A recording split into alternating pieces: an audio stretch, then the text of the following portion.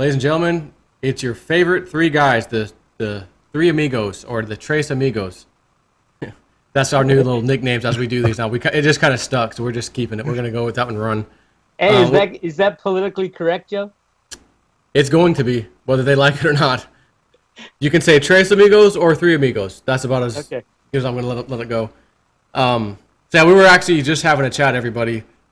Right before we start, I like to do a little test to make sure my stuff's recording and all that, so we don't talk for an hour or so and then find out, oops, And we were kind of talking about the Blythe Masters, what she's trying to do. She was kind of ahead of JP Morgan's like commodity, mainly silver, I guess, but like their commodity division for a while. She's the one that came out of nowhere. You guys probably remember this. There was a black lady, it may have been MSNBC, they came out of nowhere to interview her. Hey, can you tell us about the manipulation of the silver market and why are people are concerned? And she was like, oh, it's nothing. And she kind of said it too, though, where it was like, well, we have a client.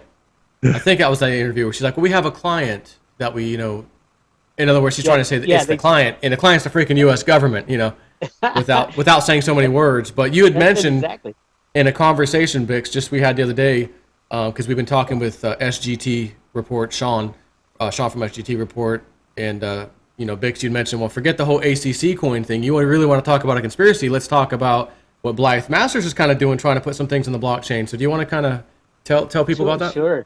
Yeah, I mean Blythe's job. I mean, she originated out of JP Morgan doing credit derivatives, credit default swaps. She was the queen of that and promoting the crap out of it. It blew up, and they put her in charge of the silver, all commodities at JP Morgan. That kind of blew up, except they kept the silver. And then she went on to a company to get into the blockchain to digital asset holdings. The whole idea behind that is to represent what take over what the DTCC is supposed to be doing, keeping track of all these transactions that fire off in a millisecond. But that's kind of what her focus would be. I always thought her, getting into that field was more to cover the crimes of the derivatives that are still out there on the books, and to figure out a way to hide everything. But I don't know what she's doing with the digital asset holdings, but it would be. I mean, if there's anything that's going to be, we want to take over the world, it would be that, because it's working with the DTCC and the whole seed and company ownership issue. So, yeah, I don't know if it'll work, but I just say if we're going to keep an eye on anything, let's keep an eye on that. Keep on that one, yeah.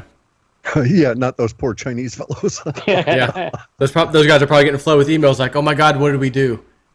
Don't answer. Just don't answer. It's like when they knock on your door. Just don't answer. Pretend like we're not here. Or they say, oh, my God, they're on to us. They're on to us. Run. Yeah. Godzilla. Chinese companies and stuff, though, they don't have the same sense of symbology we do. So, they try for a particular look, and you see that they've got, swastikas, and they like that hard-edged part of the, what was it called? The Art Deco movement of the 20s and the 30s. And so it looks really fascist. And that's the big wave in terms of Chinese advertising. So I can't wait to see them try that over here. It's just not going to fly too well. Yeah. But these guys, those poor fellows, they were just trying to puff themselves up, basically, and say that their coin was backed by something. And, the guy from Intel showing that code, first off, okay, you can believe someone would be really, really, really lame, but the SDR and the IMF, would they write their code in JavaScript? I don't think so. And then also, the only time he had anything in there about the SDR was simply to show what the basket of currencies is based on. Yeah. Just a goofy, it's really weird. The FUD, though, it goes to that unknown energies from space, and how people are reacting to it. Some people I see, I did not expect it to react this way, but almost everybody I'm running into, at least online, that has a consistent presence over time, I'm able to monitor their language and see it shift with this, myself included, with these damn energies coming on in and making us all raspy bastards or whatever. And you see people fighting and all of this, but you also see the other side of it, all the people getting really whipped up about the creativity possibility now that they're set free with cryptos, right? Now they don't have to worry about funding and all of that weird stuff. But that's what's created created the situation where we've got all these companies and people are instantly bitching at them. Well, why didn't my coin go up? And it's like, well, wait a second. We've only been open 2 days. Yeah. Well, it was kind of like the Pillar coin. You know, I haven't looked at today, but like I think Friday maybe, even Pillar, which was the one that was kind of getting dogged, jumped up 62% out of nowhere. And I'm like, where's the news or anything related? Did they just come out with their wallet or something that fast? No, there's like, no. It's just maybe people, hey, that sounds good. Let's get into it. You know, it's hard to figure out why some of these things go up, but generally speaking, like your Webbot reports had said, the crypto ones, anyways, all, you know, rising tides. You said it a bunch of times. Rising tides raise all ships, including all these tokens and whatnot. So generally, they're just going up, and that's kind of what we saw. We saw the 10x pay token. Curious, you know, Salt's not quite available yet, but I was, you know, was kind of hoping it would have been, and I would like to see what it would have done here recently, because I think it would have been probably one to watch. Salt's actually advertising on YouTube. I've seen a couple of ads for Salt lending, and the ads are very slick, and the linguistics are really nice. I thought, oh, they did a good job.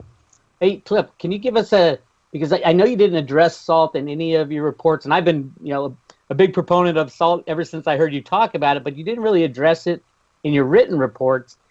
Was there something in the language with the name Salt that? Yeah, exactly. Yeah, you've got to bear in mind that I used to do 100 million, but now it's on the order of maybe 2 or 3 billion reads, and most of the work is throwing out stuff. And so all of the common language, Salt included, all of those sets. It really screws it. I mean, it skews the data to the point that interpretation becomes really dodgy, right? And so that yeah, I might be able to get an interpretation out of there, but the concept, the linguistics around the concept of the lending with cryptos as collateral and using it as a vehicle for fiat has huge legs during this period of time that we're seeing the fiat die. But I can't attribute that to any company, because Salt is so damn common. If I did it, it would end up with, you know, pegged all the way across on all of the metrics. So it's like kind of screwed there. But the space is phenomenally well represented in the data, has long legs to about maybe 2024, and so that might even be about the death of real effective governmental issue fiat. Yeah, I've been doing, I mean, out of all the cryptos I've looked at, Salt is probably the one that I put the most energy and effort into studying it, analyzing it, talking to them, talking about how they're slowly unraveling this ICO. I mean, they've pretty much now figured out, well, we got to just go with let everything out of the bag. And on Tuesday, they have their official ICO. But I think it'll sell out quickly. And then, I mean, just the concept of it, that you can monetize your cryptos without selling them. Yeah. Everybody in the space is thinking, God, finally, I don't have to sell my Bitcoin just to pay rent. You know, at a low point in the market, I can hang on to it. I think there's a side benefit to that too, of course. If you've got the holding and you're going to do that, the tax benefit, you're not taxed on a debt. Yep. And it's, I mean, the more I look at this, they're going to offer, at least in the prospectus they just sent out, they're going to have a debit card with it as well. So, cool. I mean, these guys have gone through all the regulators. They've done everything right. Eric Voorhees is the guy, kind of the head guy there, and he's Shapeshift, and he's got a huge history in the space. So I'm really excited about that one going, at least very strong. And then it gets to what exchange does it get traded on? Because we know some of these little guys that get traded on just Ether Delta, like Veritasium, what else? PPT and Pillar, they're only traded on Ether Delta. And Ether Delta those are actually transactions that are on the Ethereum blockchain, as opposed to the things that, Poloniex and the big exchanges, which are all in the pool, probably more manipulated to some point, but there's just so much volume there. And I could just imagine one of these small guys like Veritasium getting on one of the big exchanges. The exchanges will probably be scared to death that people will just, trade a little bit and then pull their Veritasium out, and then all of a sudden they're trading Veritasium with no Veritasium in the pool. There's other issues with Veritasium, though, for them from an API viewpoint. It's a complex ERC20, and then there's also the sheer size of the market for it. The fact that it's a limited quantity already. And, most of them are locked up by Reggie in the contracts, in the escrow contracts. So it's a very small pool of liquidity. And you know what that does to an exchange when they're trying to actually form a pool. The only way they could do it would be to basically be bidding the price up against their own new customers. You know, I mean, I think there's only 2 million tokens, Veritasium tokens, actually out there right now, and Reggie's got the rest locked up. Yeah, something like that. Yeah, so I can see that he's actually in an economic bind more than they are in a technical bind insofar as putting them on to an exchange. Because Ether Delta is different, of course, because of the peer-to-peer component of it, and settling across the Ethereum network, it's not an issue, absent lag time. But of course, the huge vulnerability in it is massive manipulation. Right? True. We saw that just recently. No Ether. Let me see if I had. Okay, so I've got 4 Veritasium, and I want to have 40 of them. Well, I can't afford them at whatever today's price is. I don't have a clue in US dollars. But all I'd have to do is to take a little tiny bit of my Veritasium within a little algorithm and sell off, consistently lowering the price until I decided, okay, and then I see the big guy start to get panicked and then swoop in at the appropriate point and pick up what I want. And that's exactly if they follow the psychology. Yeah, I mean, and if you look at the price movements of Veritasium, and I mean, it goes up like a rocket and falls like a rocket, and it's really interesting to see that. And the more news, and Reggie's going to come out with the Jamaican Stock Exchange announcement at some point in August or September, whether or not it's up and running or working, and that should be a huge, basically announcement to the crypto world that hey, this blockchain stuff can really be injected into criminal systems and make them more sane, more reliable, more verifiable.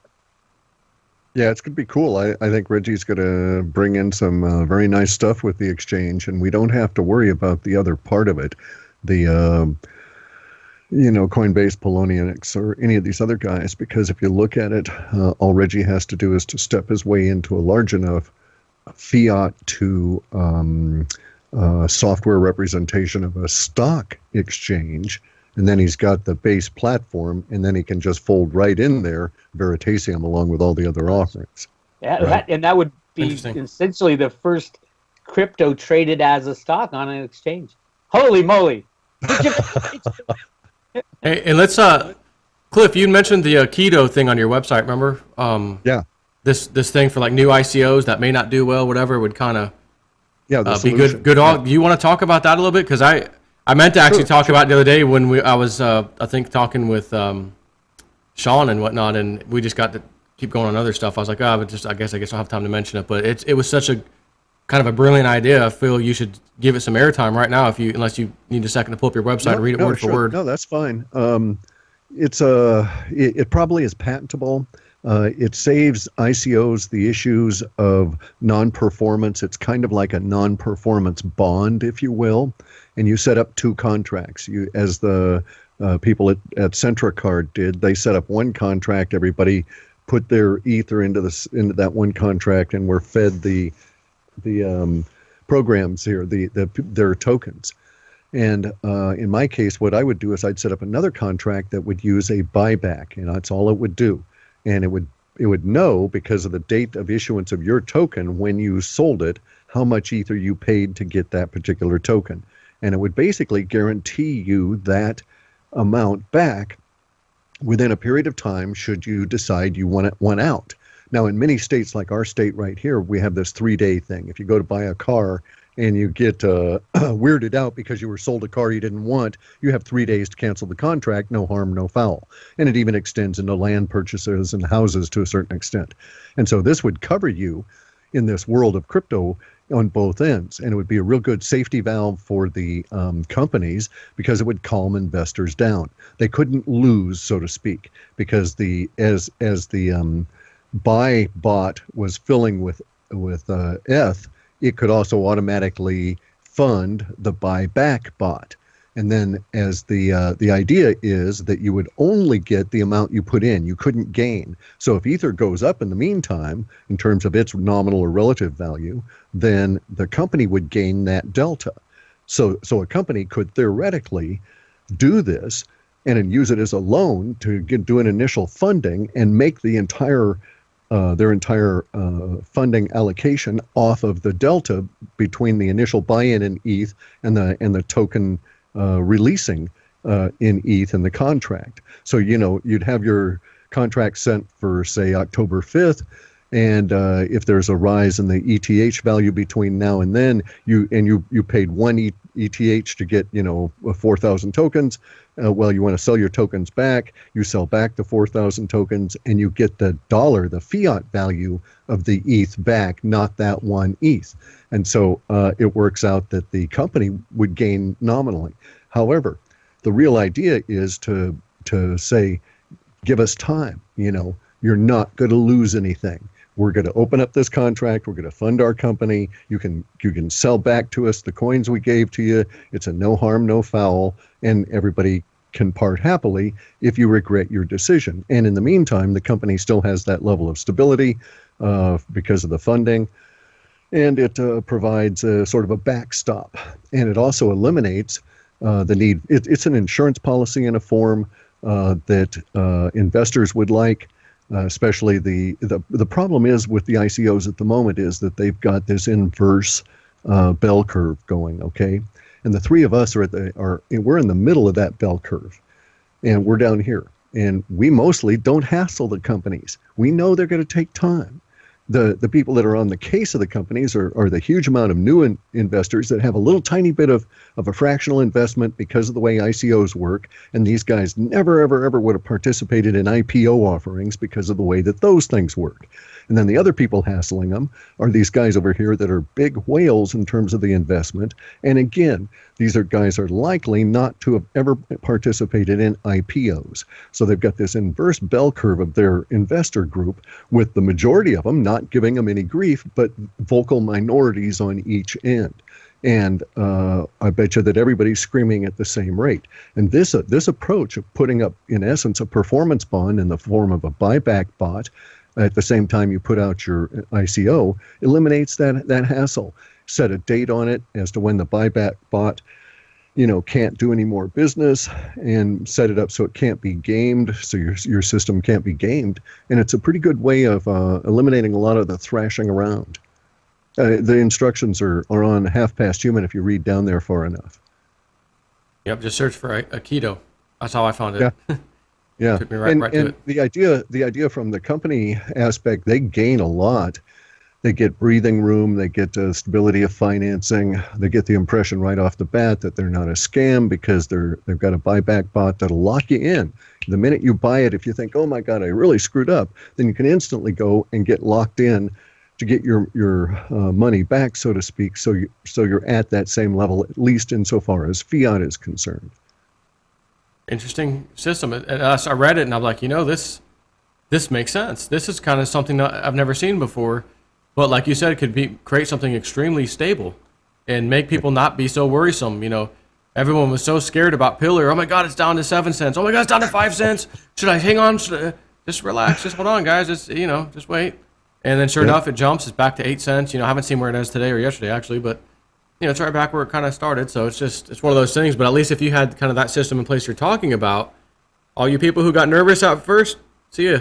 Get your money back and someone else will scoop it up. Well, and the way you could do it with the smart contract too is you could lock in instantly, all right? And it wouldn't make any difference. Say you locked in the instant you bought the stuff, you locked in the ability to sell it, or you locked it in some days later. It really wouldn't matter within the description of how I've got these two smart contracts, because the idea is at some point after the smart contract that's got all that everybody bought their tokens from is opened up to fund the company.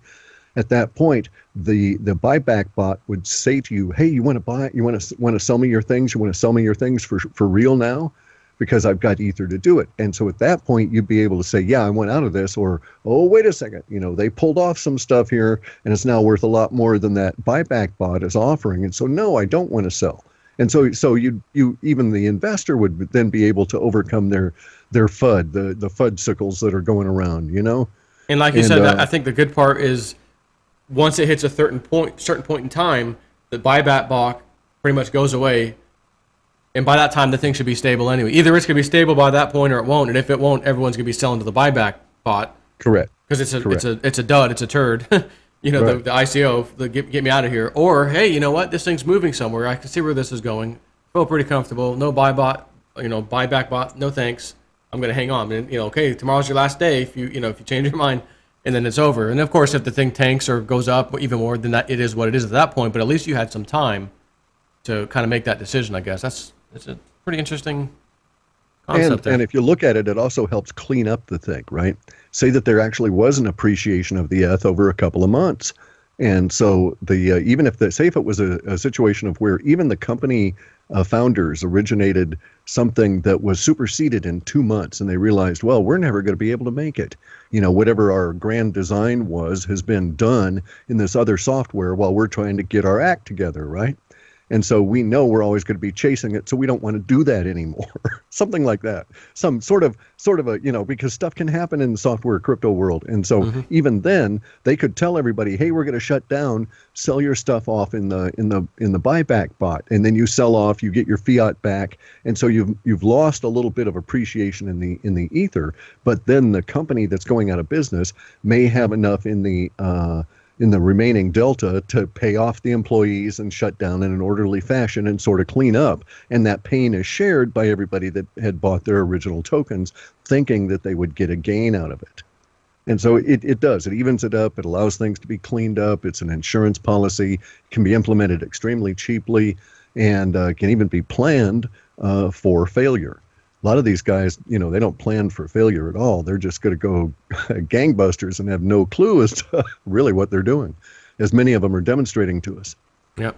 And you warned us. You did warn us in advance this summer. There's some winners and there's some losers, some scams, some hacks, you name it. It's coming. Be careful. You absolutely warned everybody. I got 2 questions for you, Clif. Number one, your lighting got messed up. It looks like you have a little Superman emblem right there. Yeah. Sorry about that. It's the wind here. I have to keep the windows open because it's hot, and it blew my stuff out of the my insulation out of the skylight. Oh, okay. I can take a minute and put it back if you want. Great. Oh, okay. All right. Well, no, you're really dark, but the emblem. It might be the new half-past human emblem I'm looking at. Yeah, it's like it's hitting the little eagle or whatever that is, right? Perfectly. Oh, the raven. Okay. Well, hang on. Let me stick the insulation back in, guys. Hang on. Go ahead. Yeah. In the meantime, I'll talk about some jabroni. Look at that, baby. Some jabroni sent me this thing in the mail. May the road you choose be the right road. Bix Weird. I even have a signed box. I had to put it in plastic for you because I didn't want the little kids get their fingers all over it. Yep. Are you selling these on a site, or is this strictly Road to Ruta, like membership things? This is strictly for members. Yep. Hey, look at that! Clif's got his too. Yeah, it's strictly for members. If you get a membership or renewal, I send you a coin. The coins turned out so cool. I made them like years ago with the Mulligan Mint made them for me, and they went bankrupt in a big implosion. But they did a single strike, and they were trying to go for quantity. I told my guys down at Beck's Engraving, I said, hey, I want the best coin you can possibly make. Double strike them, put the luster on them, put them in the cases and everything. It just turned out awesome. I'm really excited about it. Yeah, nice coin. Thank you. Yeah, so if anyone wants one, you got to join. Yeah, you got to join the private road if you want to get your hands on one.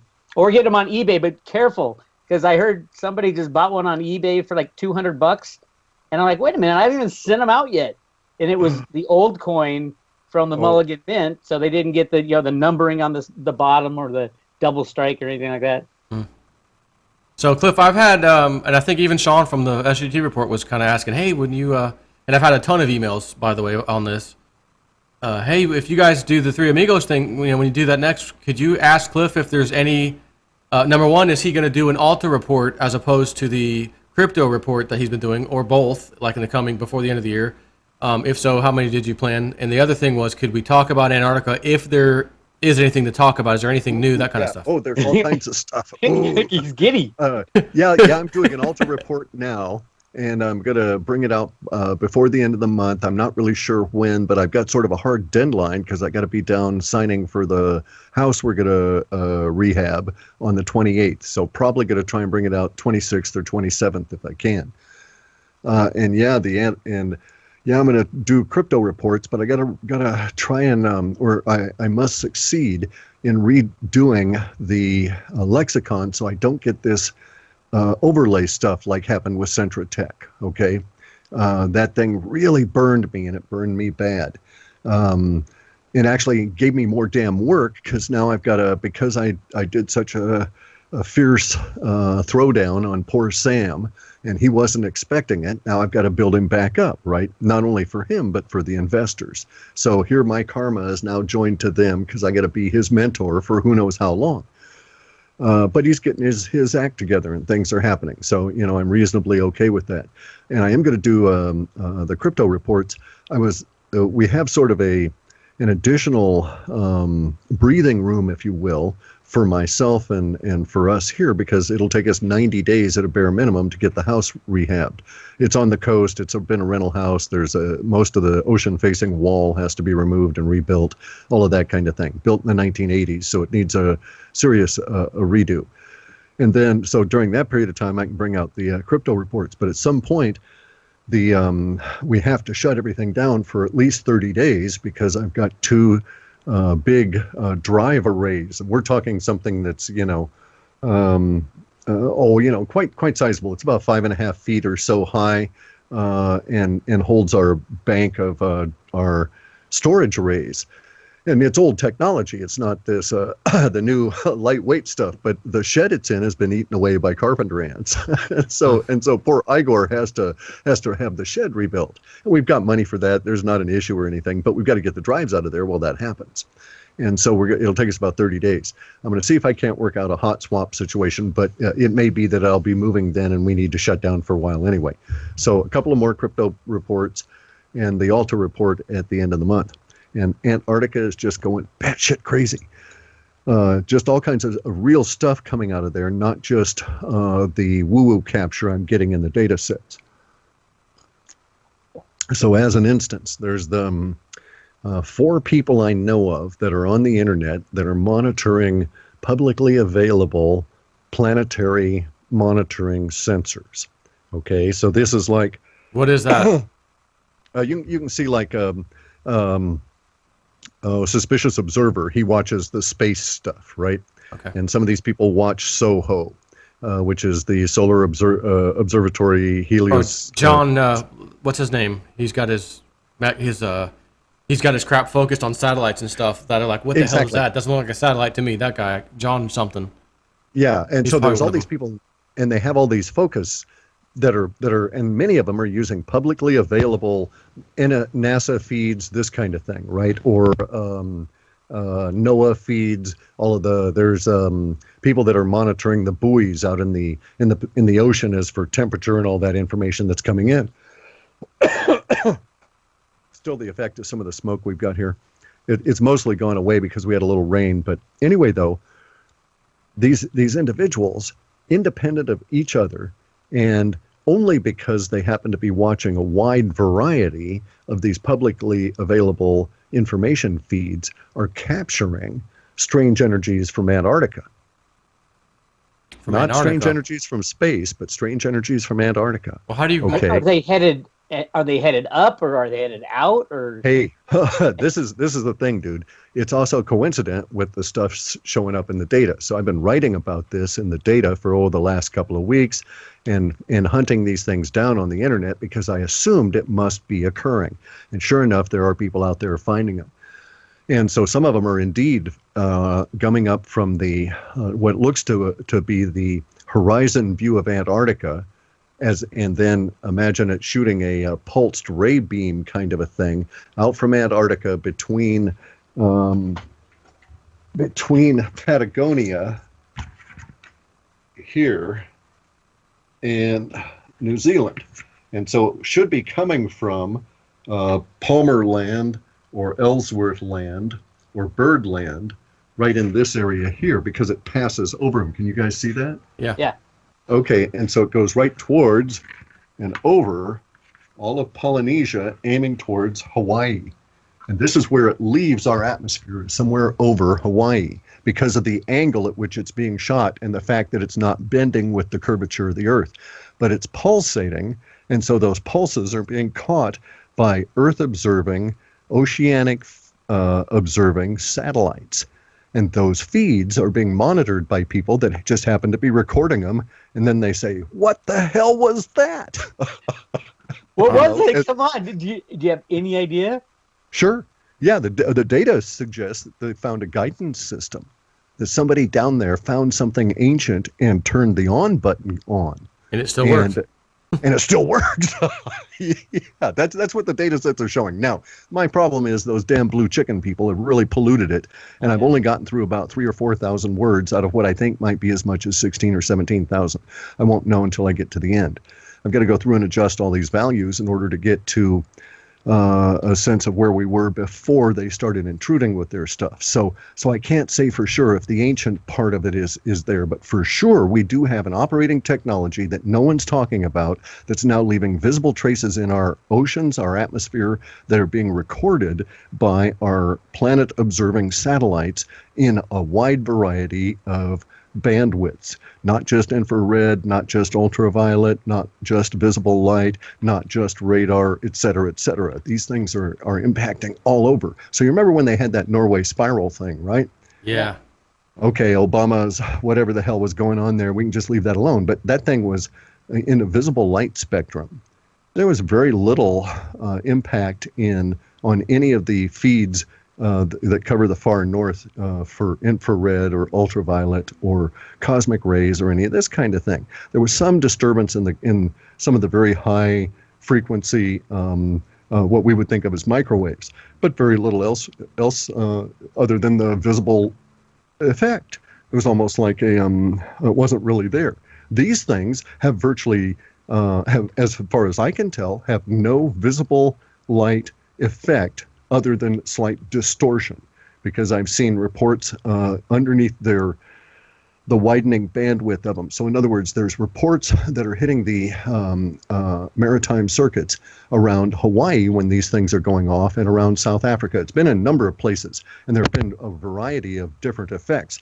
The one that went into South Africa here appeared to kind of like ground out, also seemed to come from the same area, and was sort of this bloopy little almost a chemtrail-like effect through the atmosphere. But this was, in a non-visible light energy bandwidth. Now, the one that went up over Hawaii, that was like somebody's giant ray gun cannon, death ray trying to shoot another planet, and it skimmed across the Earth, went out over Hawaii somewhere, which coincidentally, this time of the year, would have, from my perspective, had that thing shooting right through Cassiopeia, where I see all of the activity of all of those secret space bastards zipping around. Okay, so it was pointed in that direction.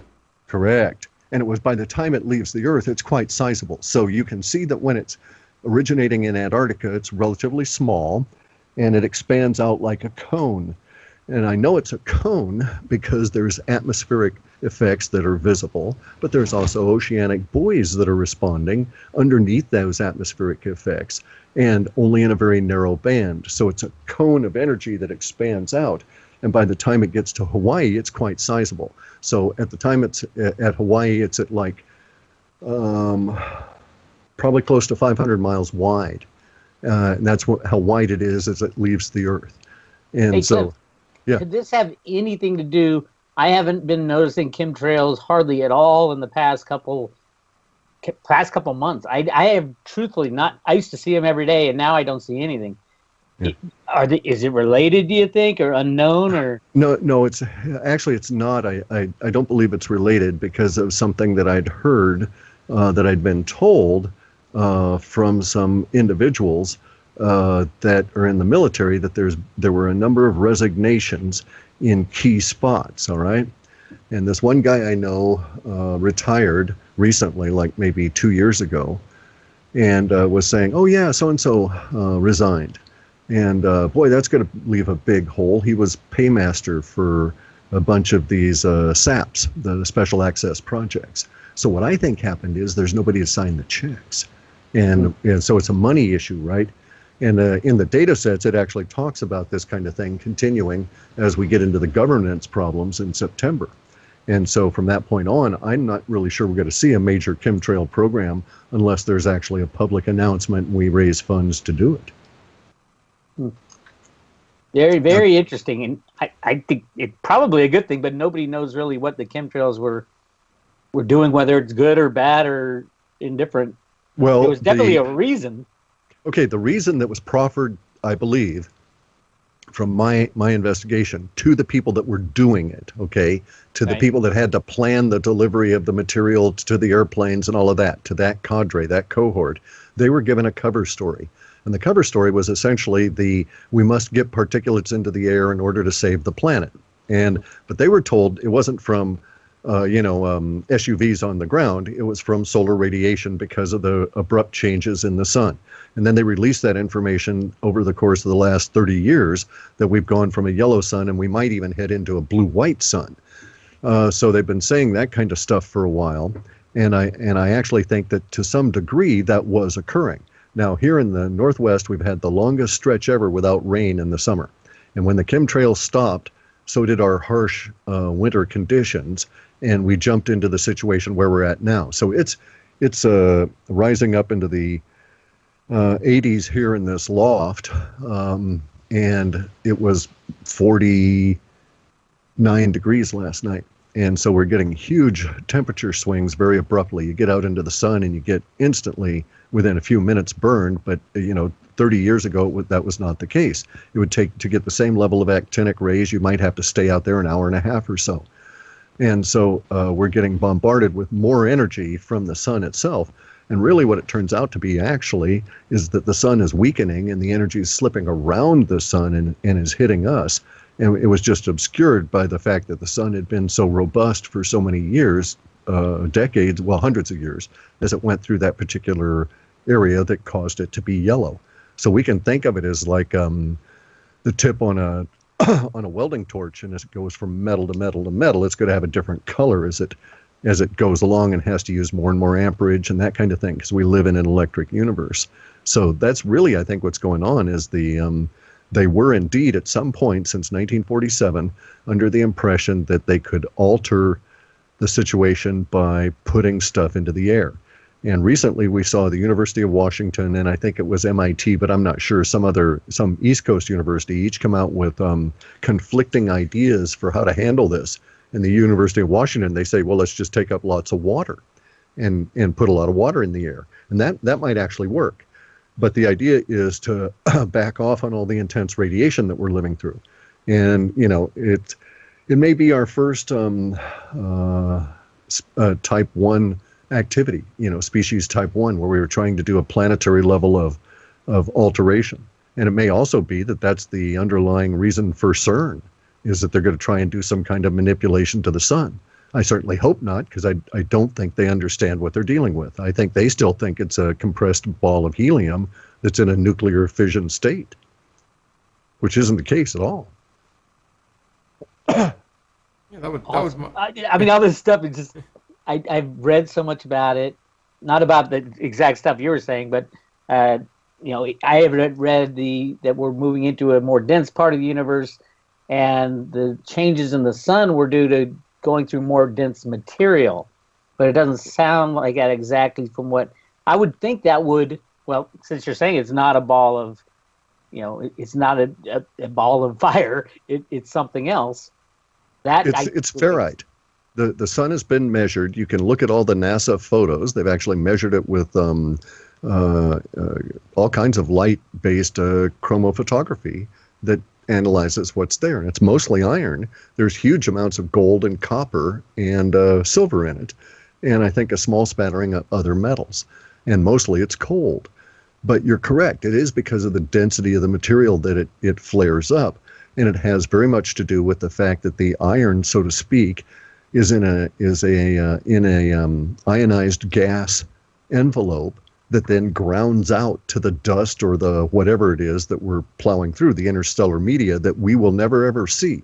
We'll never ever be able to see it, because by the time it gets to us, it gets all electrified and we live back in the nice happy vacuum, behind the sun.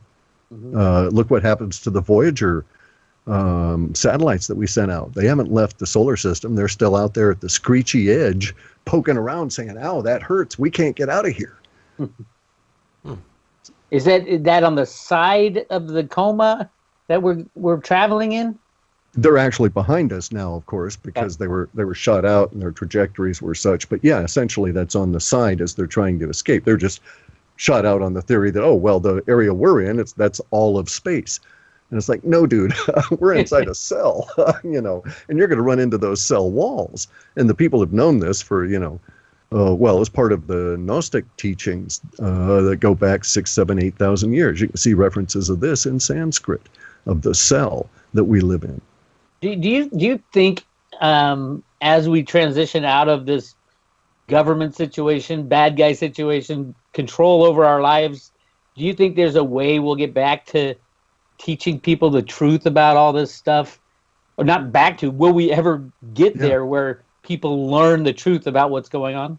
Oh yeah, I think certainly so. And look, I don't know how long it's been in the data, but we're going to come to an economic crisis that's going to be so bad that people in Italy will be rioting. Now, at the time, I thought it was entirely economic, but maybe it'll be they're also being overwhelmed with refugees or migrants or invaders, whatever we're going to call them.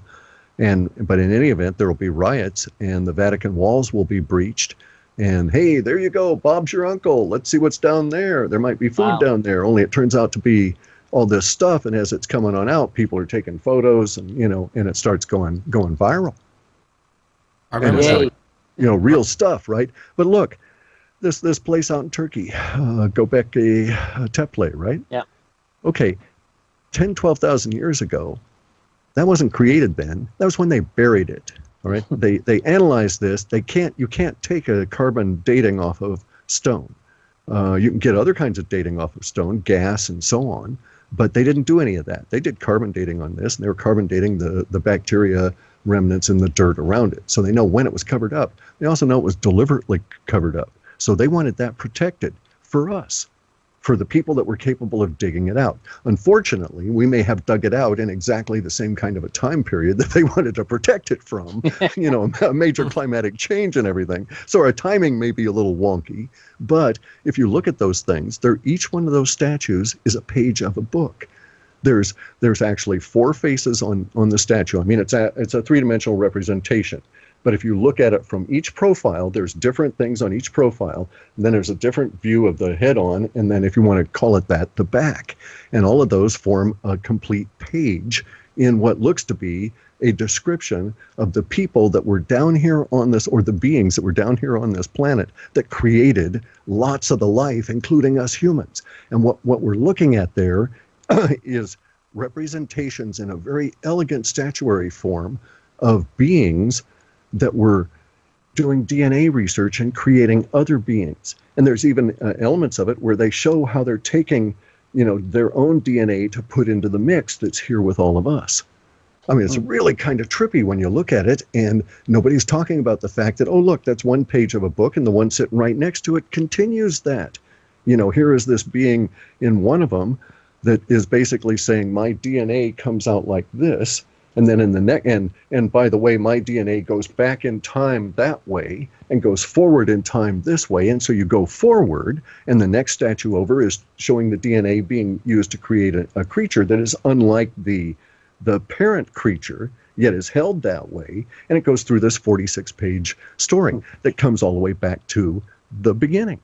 I mean, it's just elegantly laid out. And then they covered it up deliberately, delicately, packed it, and all of that. They wanted to preserve it, and we have only found a little tiny bit of it. So who knows what was in there? So I think stuff like that's going to come on out. It's going to tell us a lot more that the governments just won't be able to keep to themselves. There's if you really get into the research, this same stuff is replicated by the elites, by these evil blood-sucking fellows, right? And they do the blood-sucking quite deliberately. And it's this effort to maintain their youth. And we now see that there's companies offering to fill you full of teenage blood that they've purified, keep you young, that kind of stuff, right? I've been reading about that, actually, myself. It gets back to the Podesta and the Clinton and all the dark things going on there. Right. I know the underlying science of it and why they do that, what they're after. They don't have a clue, okay? And it relates to the alchemy, and I've done some serious research about that. I know how all of that stuff works there. But going back to their origin, you end up tracing your way back to the king and queen of England. And they do this weird ritual, okay, where the next to be king, or they think, goes with the current monarch to this weird rock in Wales. And it's a sacred rock on a sacred spot. And they go through this mumbo jumbo, and that mumbo jumbo is basically the current king saying to the other one, hey guy, here's the real truth of where you come from. And if you ever get into that story of what the current king tells that person, you get this weird view that also kind of like validates the whole thing about genetic manipulation, the nummo, and all of this. In fact, it's the king's version of the nummo.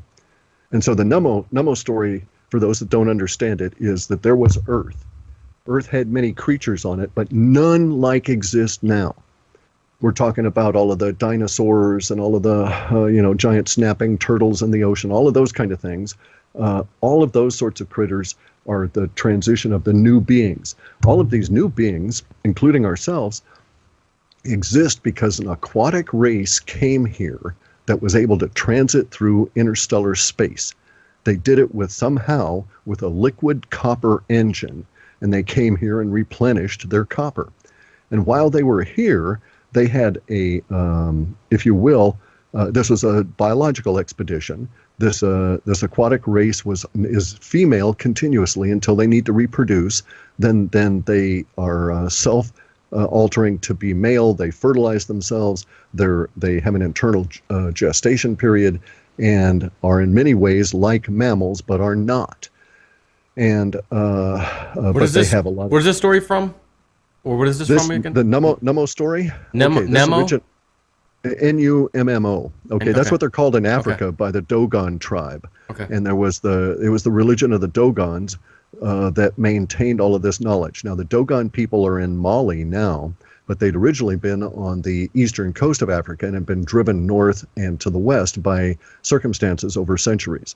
And so all of their knowledge was based when they were in what we would think of as like Kenya, that kind of area, right? Anyway, they know stuff about space that we didn't know until just recently. They could tell you all about the dog star Sirius and the fact that it had these companions and that they were of this size. And sure enough, when we look at it now with our stuff, we find out, look, it's not single star, it's a giant constellation. And look, here's all this stuff that these people could not see with the visible eye ever. You can't even see this stuff with advanced telescopes. You've got to get serious and look for it. And then there was all this other stuff that they knew that only could have been brought here externally, or that they would have been able to gather from some remote past that was a highly advanced civilization.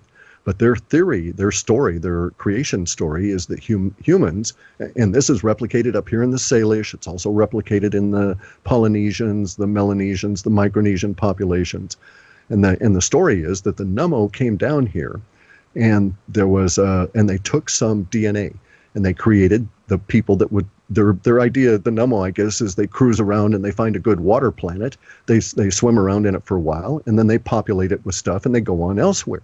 So they're sort of like, Johnny Appleseed, okay?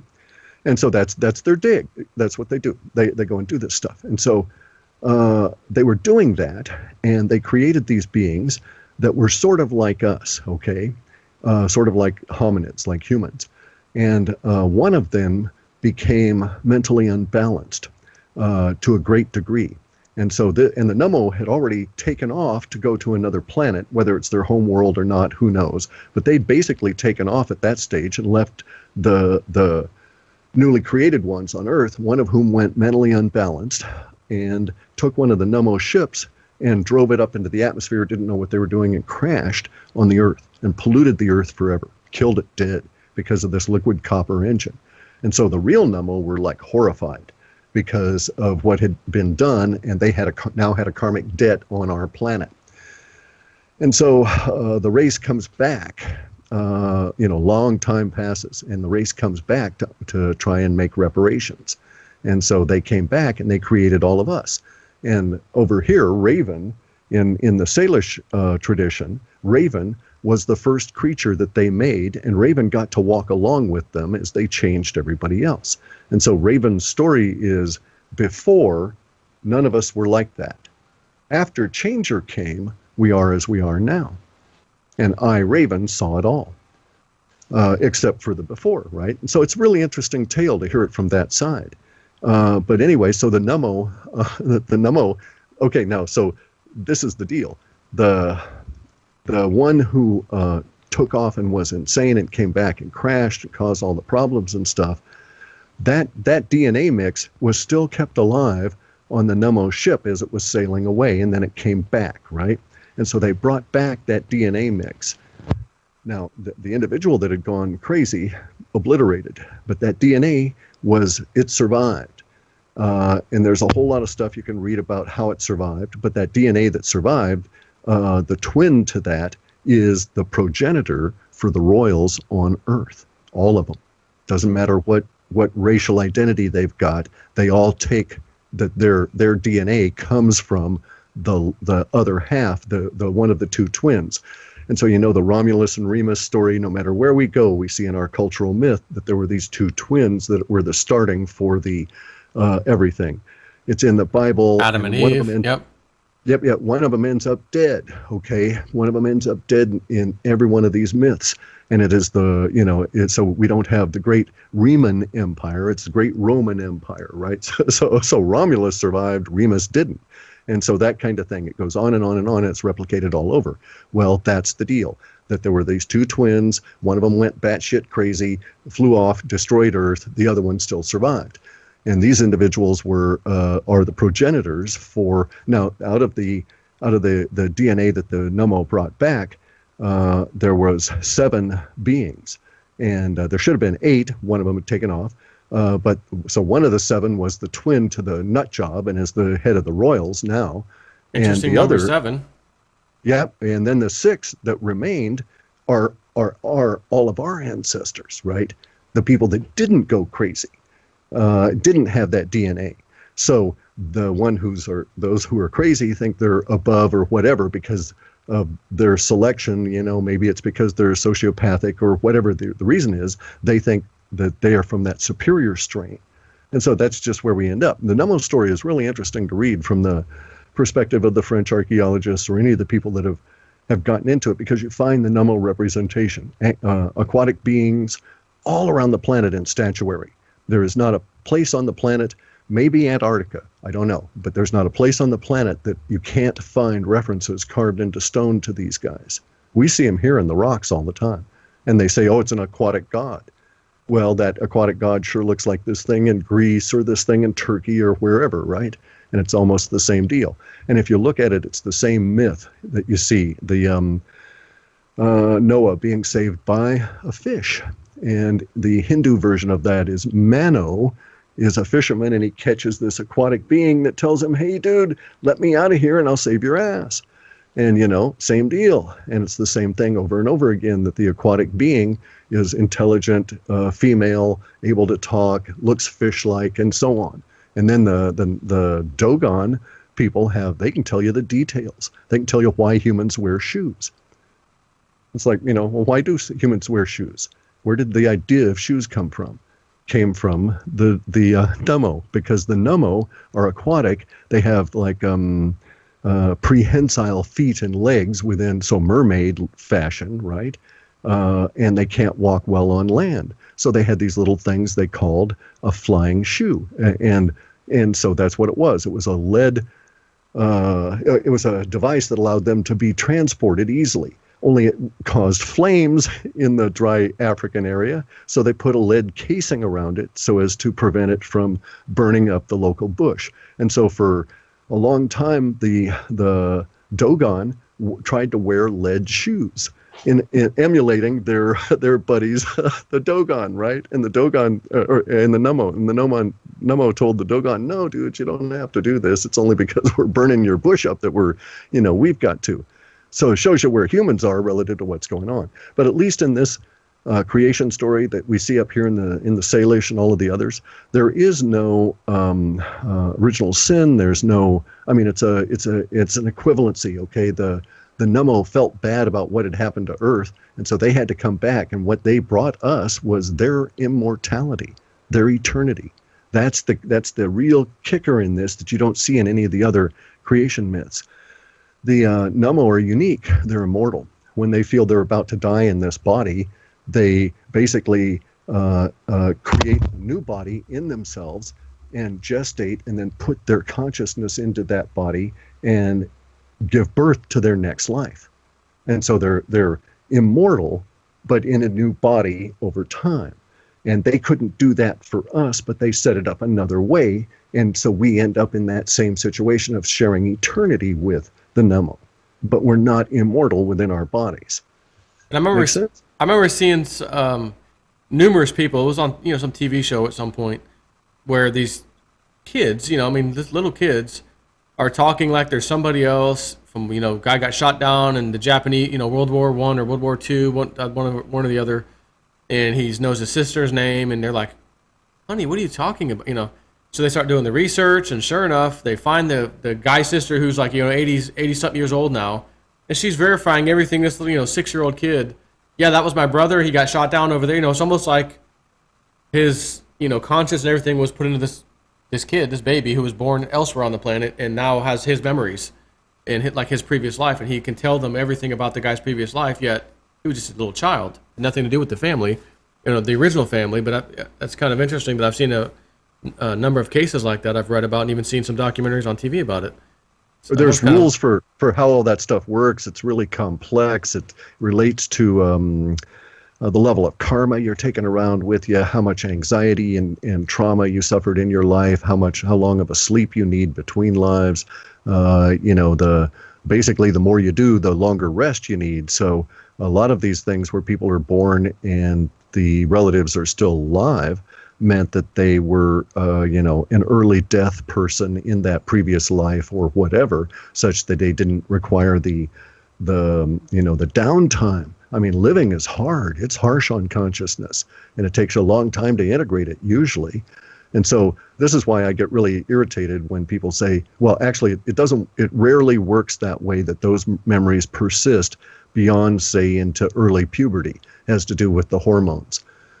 And hormones are extremely powerful in their effect on the brain, and your brain actually changes. But and you'll even see those people say that at age 6 they could remember it quite clearly, but by age 8 it had all faded. Yeah. And it's they're getting all wrapped up in this life, and so that previous life is gone.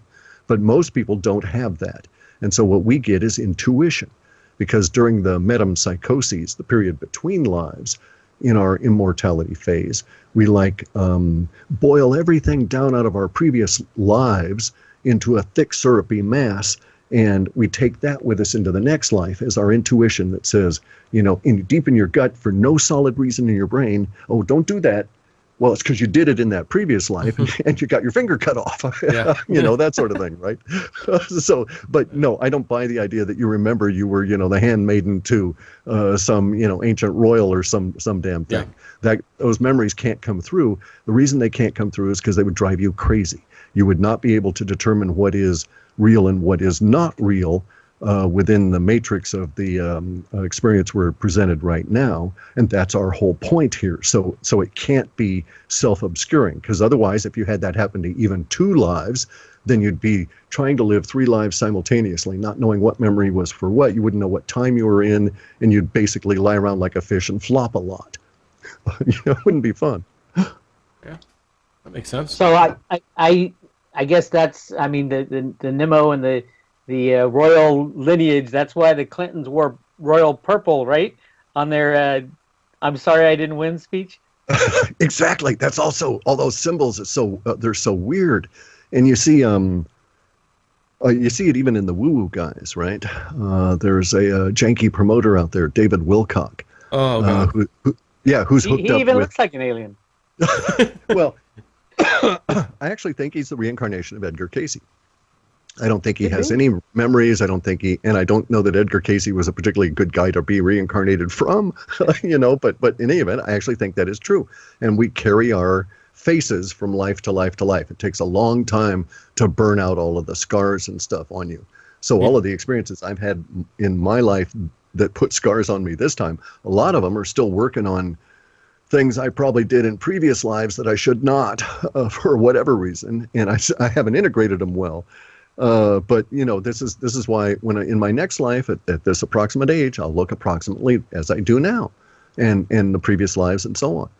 Won't have a clue as to what I was doing or, why I ended up bald and all this kind of stuff. But Wilcock, getting back to that, he does this. He's always using purple, and he's always using that royal hue shade of purple, even in the even if the intensity of the color is stepped down a bit. And it's like, what's going on there? The symbology is everywhere in terms of how they've got all this stuff structured. It can drive you crazy looking at it all. But getting into the woo-woo stuff with Antarctica is like very, very interesting, because that's here on this planet. Now we're starting to see visible effects affecting the atmosphere. Nobody's saying anything about these rays. And the little dribbly ones, those are just really weird because they're not straight. So there's some sort of a pulse or like a ball. The effect on the screenshots is like maybe little cotton balls in an arc. And so the thing arced from somewhere in the Weddell Sea area of Antarctica over to the tip of South Africa. It did it 3 or 4 times and then stopped. Quite odd. And there's all kinds of other stuff going on. Now, the good news is that the Pope of the Blue Space Chickens has said that he's been threatened by Intel, and so he can't talk about Antarctica anymore. Is that Kerry Good? Yeah. Yeah, he said he's been warned off talking about the research and development bases in Antarctica, where they're doing all of these chimera experiments, DNA kind of things. Well, that's good. That's good that he's not messing with your data anymore. Well, no. Okay, see, no, the two don't relate quite that way, because I still have to go out and get it rooted out. I can screen out movie stuff, and I do. It's real easy, right? The problem is that the Corey Goode phenomena sucked in a lot of people that are also in the entertainment industry. And so there was no big movie coming out about Antarctica or any of this kind of stuff until Corey Goode just now started talking about it. And usually the way you would screen out a movie is all of a sudden I get a big a blip in particular sets of language that go to advertising that are mainly hyperbole that you always see in advertising, the greatest movie, the funnest, all of this kind of stuff. And so they're very easy to get out of there. And then I can clean the context and remove that particular influence to that context. With this one, though, and then also, by the way, I can go and say, oh, yeah, look, there's this movie coming out about Dunkirk. And so, okay, that's why it's showing up in the data. And there's a lot of Dunkirk words and then this emotional hype around that. And so I can just eliminate that model space. That's what a lot of the stuff I do is eliminating things out of there that are just obstacles. Anyway, and so in this case, though, the obstacles were never validated by a movie. There was never any movie coming out about Antarctica. There was never any real-world demonstration that these values should not be rising. And they were not rising from the usual Hollywood lunacy context that you can see relatively easily in the data.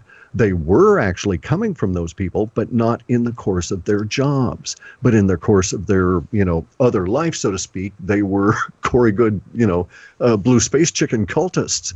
And so their language was starting to reflect that and pushed it out in a way I hadn't prepared for. So, my bad. I should have thought about something like this maybe occurring and putting up the gateways within the code that I've got now.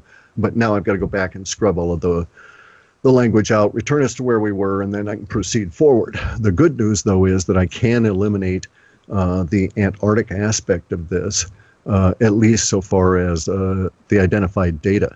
And now the new stuff coming on out, they haven't, the space chickens haven't told Corey Goode about any of the stuff that is in this next report, about the sentinel rays and the guidance systems and all this kind of stuff that we're actually getting physical evidence of now. So in that sense, it's good. Does your data ever say that normal Joes, so to speak, can go down to Antarctica and check out the ancient artifacts at any point? Doesn't work that way because, I might be able to find that, but the data sets draw attention by being emotionally hot. So at this point, although there's a huge amount of interest in Antarctica, and so Antarctica, the subject, is emotionally hot, we don't have travel with that, and we don't have, middle class kind of thing also being emotionally hot associated with that context. And that would be the only thing that would draw me to such a conclusion, would be to see a lot of sets about that sort of thing, being created. That's how I was able to determine that, well, there's going to be a big build out in New Zealand and Australia and in Patagonia relative to whatever the hell is going on in Antarctica. And it's because we are seeing sets that are emotionally hot for a burgeoning middle class, developing the lust to buy island property in Patagonia and having the money to do so. And then you trace it back and it's like, oh, wait a second. You see that there's giant corporations moving into Patagonia and they're not there to harvest seafood. And a lot of them are transportation focused, and it just goes on and on and on. Yeah, that means something is huge. I mean, that's massive, something going on down there if you're going to have that happening. Well, we're seeing it now with the number of food shipments going down there. I mean, they're running something there year round now. So before, in my lifetime, we would sit up here in the 70s, okay, and in the late. Let's say in the fall period for us, because of where we're located, the military would be sending out lots of flights to Antarctica out of McChord Air Force Base. There would be giant container planes flying out, and it would happen year after year after year. And so we were, in essence, a staging base for that, and they're not doing that anymore. And it's not that they're not staging for that stuff, but it's that it's no longer seasonal. It goes year round. And so they've got a big enough established presence that they've got a continuous logistics supply operation going to whatever the hell we're building or finding or doing in Antarctica. And so we can look at the periphery of it. You can actually see some of the money moving into Australia and New Zealand, just getting ready to build out for yet more transport. And I think it's Lockheed. Wasn't Lockheed the one hiring people civilian stuff to do things over in Antarctica? Once again, a big military contractor for the U.S. hiring civilians known to for support. their space and UFO stuff. Yeah, specifically. yeah. They're the ones that have this contract. It's a SAIC, one of the spookiest companies ever. Yep. Speaking of space travel, people would be mad at me if we didn't talk about silver. Sure, yeah. Now, in your data, is there any specific things we're looking for as far as silver news, silver action, silver pricing, to say that silver is finally going to break free from the manipulation? Or is it kind of the same type of information you're getting in that has always come in? No, we have new information about silver, but it's a backward-looking thing. So when I move model space to the point where model space is in February, March of next year, which is about the limit of where I feel comfortable with interpretation of the far edge of short-term data. Okay, when I move it there and look at the supporting sets backward, you can see that silver will break out between now and then, at least once in a fairly large way, and it may be recaptured after that within its traditional conduits. But sometime between now and let's say March of next year, there will have occurred an ICO that will have developed at least one, if not two or three or four, separate tracks for the dealing of silver, and that will be outside of that system. So we still maintain, so if you look at it linguistically, when model space is in February, there's still a thing for the CME doing suppression. Okay, it's not tight, it's not cohesive the way it was. It shows that it had been damaged. There's words in there about the damage it had sustained the previous year, meaning the time we're in now. But there's also all these other mechanisms that are selling silver independent of that, and it's an issue of dwindling participation, and it withers. It doesn't just fall over dead of a heart attack, right? It's just that we all move on.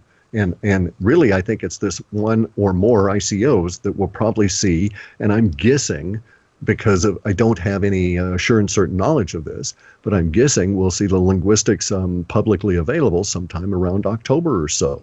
That's because we've got a little blip of crypto stuff that goes on in October, and then there's a huge echo for that in the end of February, all of March, all of April, all of May, and all of June of next year. So it could be that the price suppression continues on the COMEX and the LBMA. It just gets smaller and smaller as other markets develop that are more blockchain focused, peer-to-peer type of exchanges, true exchanges of physical silver, and you'll have basically two sets of pricing. That sure is what it looks like in the data. That, you know, and as I say, it withers. It doesn't appear to fall. The COMEX appears to just wither away, and it's still out there churning, you know, data out like mad and trying to suppress the price. And they got contracts going, but who cares? You know. That, so I mean, it's weird. It's been so long. It's been so long. I mean, I you know, I know you've talked about $600 silver, and to me, that it's easy to see how silver could turn into $600 silver. It's not going to take $60 billion to come into the silver market. That's one trade in a free market, if you ask me. Yeah. And as soon as silver is traded freely and it's traded in a peer-to-peer exchange where you actually get delivered the silver and you're not trading at 10,000 contracts for each ounce, I see silver coming through this void of 150 years of price suppression and moving into something that is more honest and won't put all the silver miners out of business, is what's going on right now with the silver mining CEOs not standing up and doing a thing as usual. The deal there too is that actually that kind of stuff shows up, see, because when the model space is in February, we can go over sort of horizontal in the data space, and we can look down the columns, and we can get data around solar panels and all the people that are the consumers of silver at the manufacturing level. And so they're the ones that are benefiting directly from this ICO. Now, there's people that got involved that are peripheral, like us, innovators, that are also going to benefit. But the primary language is about the new relationship that forms between the guys digging the stuff out of the ground and their ultimate end user in a non-monetary sense, see?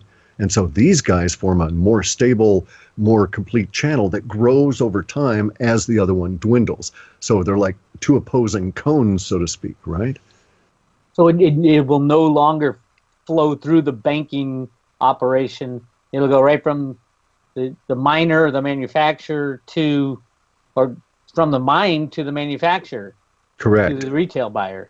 Correct. And there's also going to be, we have data about a new form of refining, okay, that won't be smelting, and it looks like it's going to be some kind of like continuous flow induction, electrically induced, small pinpoint furnace sort of thing, if you will, sort of instead of a 3D printer, it'll be like a home refining operation. It won't have to have huge vats and a lot of energy and stuff. It's energy that's going to drive it. And so that's showing up in early 2018 as being a big contributor to a lot of different metal stories. So I'm not sure what it is that's going to break us out. There's a lot of Renaissance stuff, of course, between now and early January. And there's like little hints of, new forms of prospecting for metals where you'll have some form of a tool that'll tell you if you're basically standing over it, that sort of a thing coming out. And so whatever those tools are, the fundamental works that they develop from should be visible between now and sometime in January. And I don't think it's at the patent level. So I think it would be, because no one ever talks about patents. People don't root around in those. But I think it'll be at least to a certain level mainstream within these industries. So I would suspect that the metals magazines and those people that cover it will know all about this by the time we get to February, even if the rest of us that aren't paying attention don't. Okay. Is that linked to, you at some point talked about the way metals were mined? They're more liquefied instead of ripping down a mountain. You're going to liquefy it and extract the metal? Yeah, that's pretty much the situation here. It's a weird kind of a thing. It's sort of a chicken and an egg situation, right? Because we need silver for what are going to be these field tools, these field mechanic or field energetic tools. So as I envision it, from the limited amount of data descriptors I've got, it's like maybe somebody has an app, so to speak, or something on a phone that they would would mess with as their job that would control the fluctuations of an energy field that would be used in a number of different processes. And so that we're going to cross a barrier sometime. I think we may have already done it. Probably hasn't been announced yet, but we're going to have a breakthrough in energy field manipulation. So not like a big fusion reactor where we're using huge magnetics to manipulate, but something much more smaller and dynamic that'll be dependent on silver. And so it'll actually need the silver to get started. And then once you get the fields going, then you can figure out, oh, hey, look, we can use this to, basically liquefy silver out of these rocks at certain purity levels, right? Just like they've got that rice now that will extract silver from the soil at 15 times the level of silver in the soil. It'll concentrate it. And so if you really wanted to mine silver, you could plow a bunch of fields, grow a bunch of rice and then burn the rice husk and take the silver out that way. So there's all different kinds of new ways of mining that are showing up within, or new ways of silver acquisition that are showing up within the data, including somebody that's going to try and do it out of seawater. And they'll fail. Is that brown rice? Is that brown rice or white rice? I want to make sure I stock up. I want to stock up on this stuff. Well, hey, let me tell you, there's on that vein, there was a shipment. I don't know if it's still available, and there was some kind of a product code, but there was a shipment of sand from Alaska that Home Depot or Lowe's bought. I can't remember which one of the stores, and it's just flying off the shelves out here. People are panning it because there turned out there was a reasonable amount of gold in this stuff. Oh my gosh. And it's just regular, sand for your cement, right? And so people are buying 60-pound sacks as fast as they can get them in Idaho there for a while. And then they ran out. But somebody had, bought it and sold it to Home Depot, not knowing that, it had been the tailings of some kind of a gold operation. Oh, boy. Probably came from Oroville. Yeah, there you go. Come from there, yeah. I've yet to make it's not far from me. It's like 100 miles away. I've yet to make that drive up to Oroville, downstream Oroville, to do some gold mining and get my pans out. But I hear a lot of people are doing it. Yeah, I've seen the hard stories. work, though, guy. I know. I'd rather sit here with my electronic digital assets just to rile up the gold people. Yeah, I just picked these up a few times, show them in the videos, sit in my air conditioned room here. I'm with you on that. Well, the fudgsicles, getting back to that, right? The problems that Joe was dealing with, I ran into this in some of the oddest places. So, for instance, one of the guys online who has captured video of the rays from Antarctica is this guy, Dabu077. Yep. Okay, and it turns out he's got a huge fudsicle going.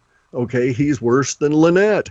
And he's got I think it may be the rabid Christian perspective, Mark of the Beast kind of thing eating at him, but nonetheless, he's seriously anti-crypto. And so he's throwing FUD around like mad, but at the same time, there he is doing, he's saying, oh, we can't trust this money and so on and so on. But at the same time, here he is highly involved in tracking down energetic pulses from Antarctica, among other things. The mindset juxtaposition just was a little unsettling for me. But I find FUD everywhere in the data now. And a lot of it, I think, is a real problem here. In fact, I blame all of us, okay, because in the normal course of events, many of the people that are now involved in cryptos never would have done so. They would have been in cryptos maybe 2 years from now, okay? They're not like us. They're not innovators in the sense that you can just buy it and sit there. You don't care. You buy it, you get the next one. What a portfolio management, balancing and all of that. And we just do that. I don't see any of us going crazy over the relative price of Pillar. You buy the tokens and you wait until they get their act together and get it out before you make a real decision about this stuff. But people are freaking out 2 days later because so-and-so said that Pillar was a scam and they were drinking away all the money. It's like, okay, guys. Well, you really got to go in the cryptos. You got to go through a couple of these major slams down to get your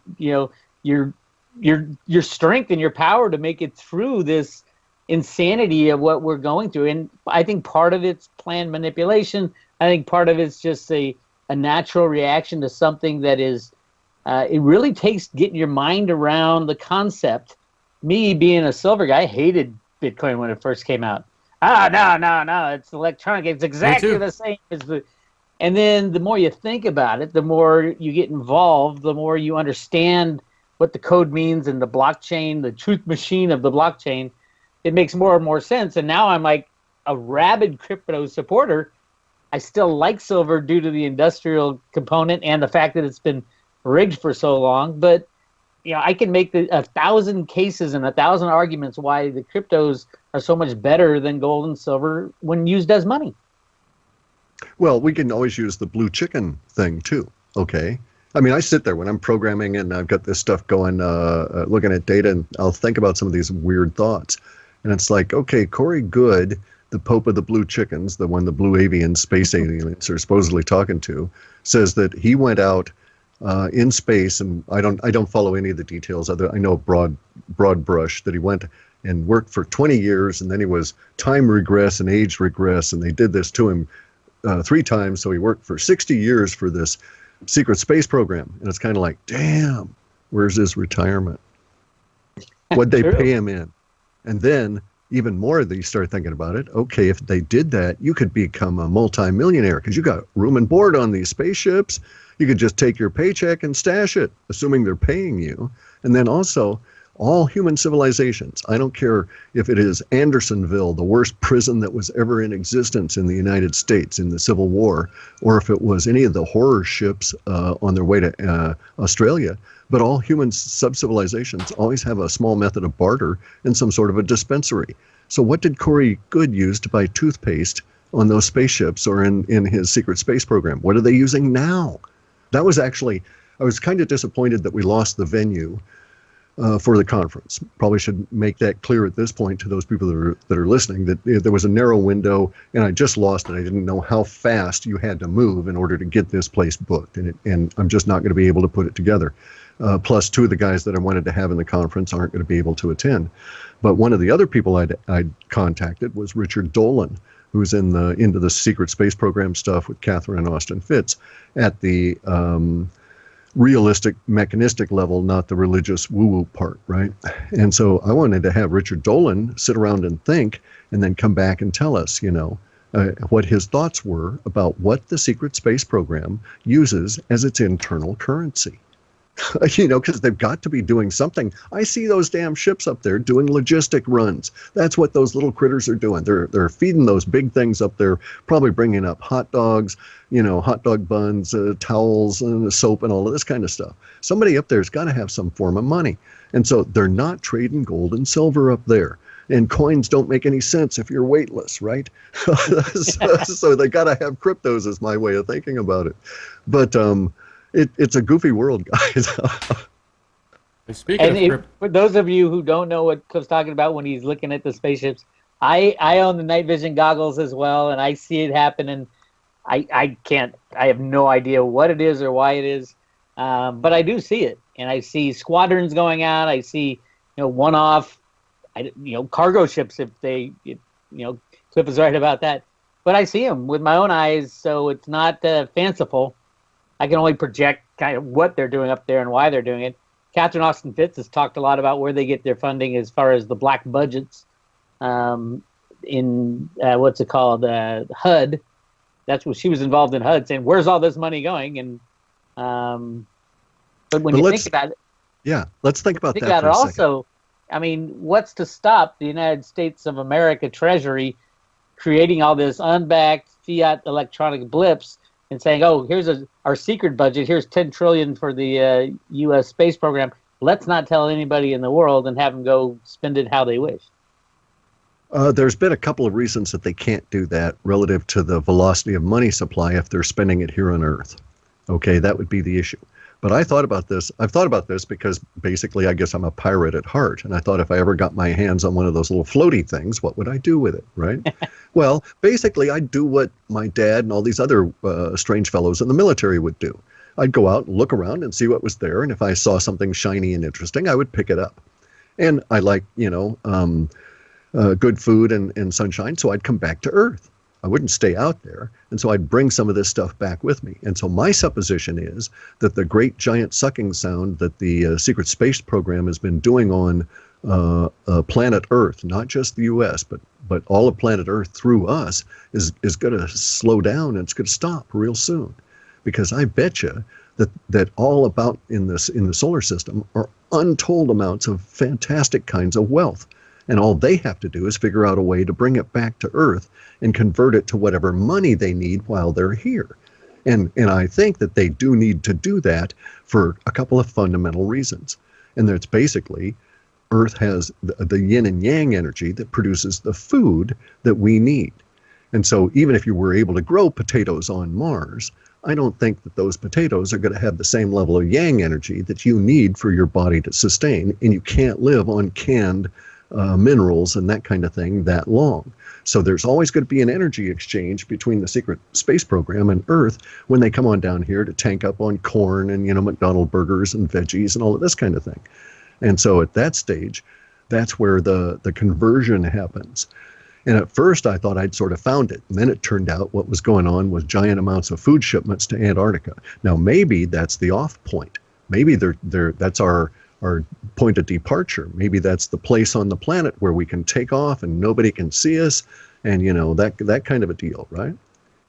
If so, well, it's curious that chemtrails are ending now, because of course it's brought all kinds of stuff out visible this summer that haven't been visible in I don't know how long relative to the night vision goggles. So it's going to be really curious as to what's happening. I've got friends in Patagonia that are going to get the night vision goggles. And they're going to, somebody way up in the Andes there that's got a really good view, can see both oceans. And so that's going to be interesting to see what they can get. I find that I see less, the more clear view I have, the no moon out, I see a zillion stars, but I see less of the things I'm looking for. There's just too much up there. And yeah. I see less of like the moving craft and things like that when I'm, in the mountains with no light around. But when I'm in the back of my house in Oakland on a decent night, I'll look up and I'll see the spacecraft moving around because there's not as much stuff going on in the background. Well, there's also the other issue. When you have you can only see, I think, 6,000 visible points of light without the night vision goggles, and you might see 60,000 with them. Things that used to be stars to you suddenly become constellations. You get to see them in much more detail. But there's also the timing issue. Most of this activity that's occurring is occurring at about 145 miles or so, I can tell, up above Earth's surface. So we would assume that that's low Earth orbit. And the time that the light shines there is relatively brief. So from sunset, you can't see anything really for the next half hour because there's too much glare coming from the sun as it sets below the horizon. So about a half an hour after sunset, for maybe the next hour and a half, is the prime point of visibility. And then about 2 hours ahead of sunrise. That's usually when I go on out, because I'm a morning guy, and I'm going out and have a quick look. But about 2 hours out, and then about a half an hour ahead of it, there's too much of the glare and everything goes away. But boy, that's when it's crystal clear, because the angle is such that you get to see everything that's spread out about 150 miles or so out. And at that range, it takes 3 pixels to make one of the little floaty triangle guys. And so it's quite distinct.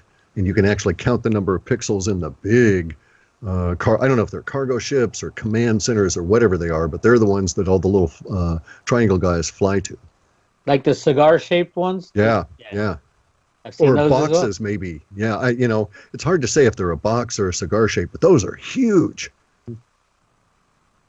Yeah, and it's fun when you hit that sweet spot and there's a lot going on. I took my son out there and he's a non-believer, and I'm like, all right, take a look at this and tell me what you think. He's like, no, those have to be our spacecraft. I go, do those look like any planes that you know, and do they fly that high? And is there anything that you know other than watching Star Wars that looks like that? He's like, no, I guess you're right. They're not necessarily aliens, though, right? Oh, true. Yeah. Right. I think they're all secret space program guys. Yeah. Oh yeah, they're different from what we have and what we're taught. Right. But what I've actually seen, what I really knew to be alien, because it was unlike anything that I would have imagined in the way of a spaceship, and it was just really spooky. And it was like, now why in the hell is it doing that? That's entirely backwards to the way that this thing should go. And it was a teardrop shape with a really fine point, and the fine point was leading, and it would create light, jump into the light, and appear way the hell out over there, and then do it all over again, this weird sort of squirrel hop across space. But when it showed up here, those little triangle guys, they just beat feet. They got the hell out of the way everywhere, scattered in every direction when this thing moved through. And it sort of hovered around them for a second, or millisecond, before opening up another big burst of light. And when it did that, I could clearly see in the goggles the two, let's call them tubular. I mean, the light was on the other side of them, so I was seeing them in silhouette.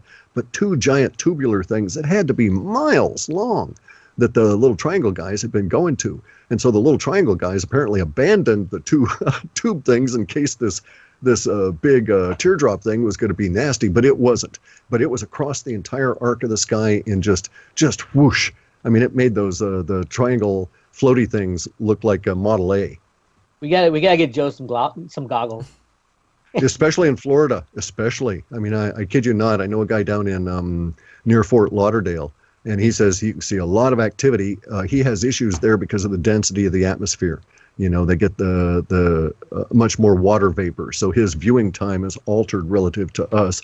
Plus, their sunset though is so quick. I mean, you guys down south, right?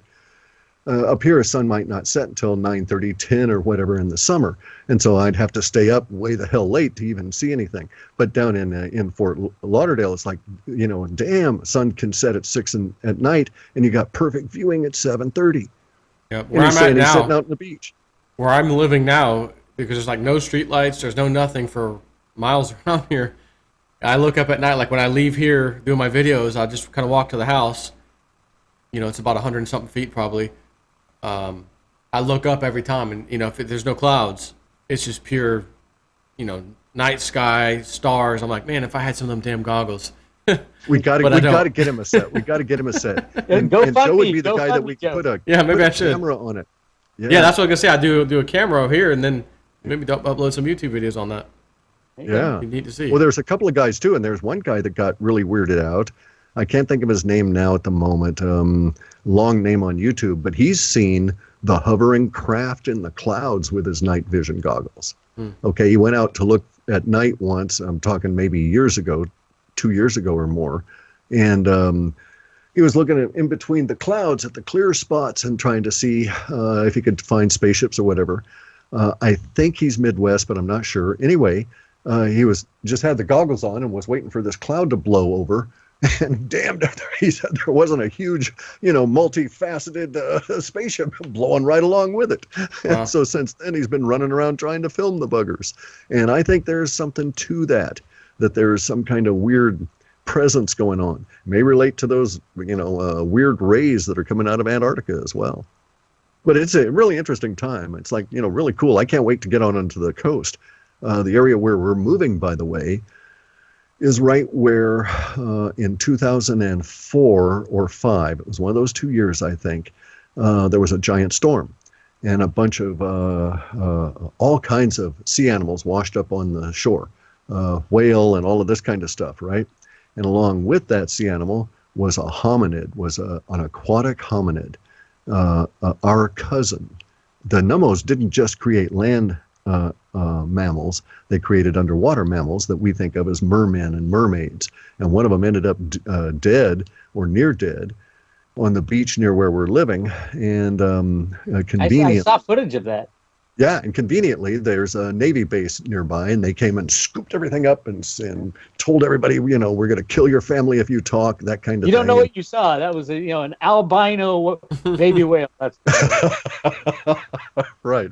That just happened to be clothed and having weapons. yeah.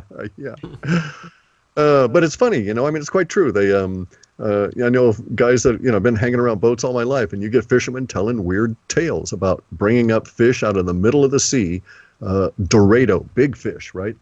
That came on up with a spear in its side. And it's like, now, they didn't spear the bugger, they caught it in a net. And it had that spear in its side for some period of time. It didn't kill it. It wasn't a mortal wound. And it was going around with it. And the spear was unlike anything they'd ever seen. And, you know, it wasn't like cast metal or anything. I don't even know that it was metallic. But in any event, there's lots of this stuff that shows up in the fish. Sometimes they just pitch it over, just like the giants off of Catalina. I know surfer guys that are saying they must have dumped them out there because of the amount of bone that's in the water off of there, ground all to bits and pieces now. And so when they were clearing Catalina out of the remnants of all the giants and putting them on the boats, the masons didn't take them out very far. And so now they're coming back up on the shore. Scary. Exciting times. Yeah. That's why I think, too, about all the gold and stuff, too. It's going to be just fantastic when the structure here of the ICOs goes and breaks loose, because I think that the silver suppression and the gold suppression is also part of the basic knowledge suppression. And I don't care so much about the gold and silver at my age, but I want to know shit before I die. I want to get the straight scoop, That would be, if all that information that's out there that we aren't allowed to know, and we're human beings just like everybody else. Just because you're in government or you're born into a royal family does not give you the right to know more than the rest of the world. Sure it does. That's their viewpoint. I can fight it though. That's their viewpoint. And yeah. I'm going to fight it with cryptos, and I'm going to fight it with silver if I can get my hands on more. But I'm really excited about the future and the breakdown of the old system and into the new. Whatever that new one is, it's got to be better than the control system we were in. Yeah. At least that's what we can fight for. And we've got, cool stuff too, the flying cars, even if they are, basically big drones and stuff. I'll take it. By the way, do you have a drone, Clif? I've got one. It's dangerous here. I've got, 250-foot high trees. So, yeah. And well, when you're out by the ocean at your new place, that's different. Yeah. That's going to be a blast. I'll give you some of the things I've learned in my drone flight. I'm probably the worst pilot out there with these little things. But it's a blast, and it really gives you a different perspective. Yeah, I'd like to be able to do that. I've got to watch out, though, because like I say, just down the way from us is this Navy base. So I don't want the bugger shot down. Exactly. Yeah, that's a good point. Incoming. Yeah, well, I've got, and you supposedly have to register these things with FAA and things, right? And pay attention to that. They give you the zone of how many miles you have to be away. And then if you fly it during this in a spot that they have covered, it knows it. The software knows it. It starts beeping. You're in a restricted area. Cool. Okay. Yeah, that's fun. Keep going. But I'm really going to do underwater drones and stuff. That's what I'm interested in. That's cool. Kayla, I've started designing them, and Kayla and I are going to build a couple. There's a woman I know who designs and builds autonomous boats that she just sends on out as artwork, basically. And I'm going to take some of her concepts in terms of self-sailing vessels and that are semi-submersible and send it out, see what the hell it sees. Mainly looking into the water with various different frequencies, not necessarily looking above it, but I'll have cameras as well there. That's cool. Yeah. Yeah, imagine if you find a ship that has mummies on it and gold. Well, hey guys, look, I know where the gold is. There's areas around here, Goldendale, Silverdale, Gold Bar. We've got a lot of gold in these areas, so it actually is not that hard to find, Bix. The problem is, you got to get out on your knees and dig that stuff. Yeah, I know. That's not what I'm into anyway. But I wanted to see, there was something here.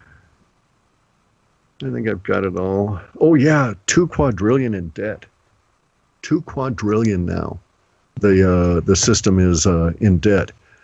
That was out a couple of different sources. So it's like that really gives us the idea of why the cryptos are doing so well and what we're in for. And also I've been able to track the language down, and I think we're at the 1.5% of the population being involved in some way with their attention on cryptos.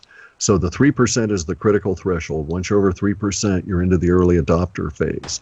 And we're just now starting to see some of that language. And in fact, some of the people that are freaking out by buying cryptos are early adopters that have been moved forward in their acquisition by people like ourselves, primarily Joe, who's done so damn well, with this stuff.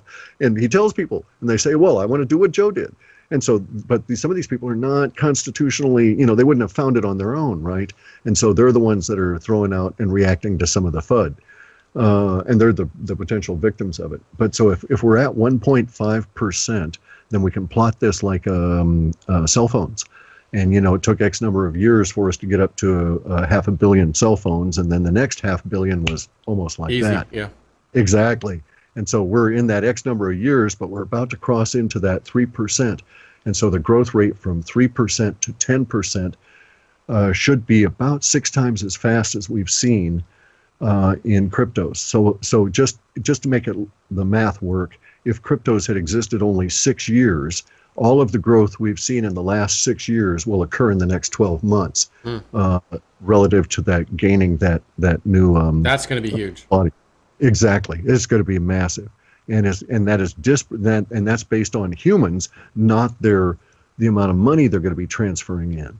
So there's a lot of people that have money that are starting to get really worried about the fact that it's in fiat, and they can buy gold and they can buy silver, but then there's cost associated with that, and that's the downside, the risks and so on. So they're moving into cryptos increasingly.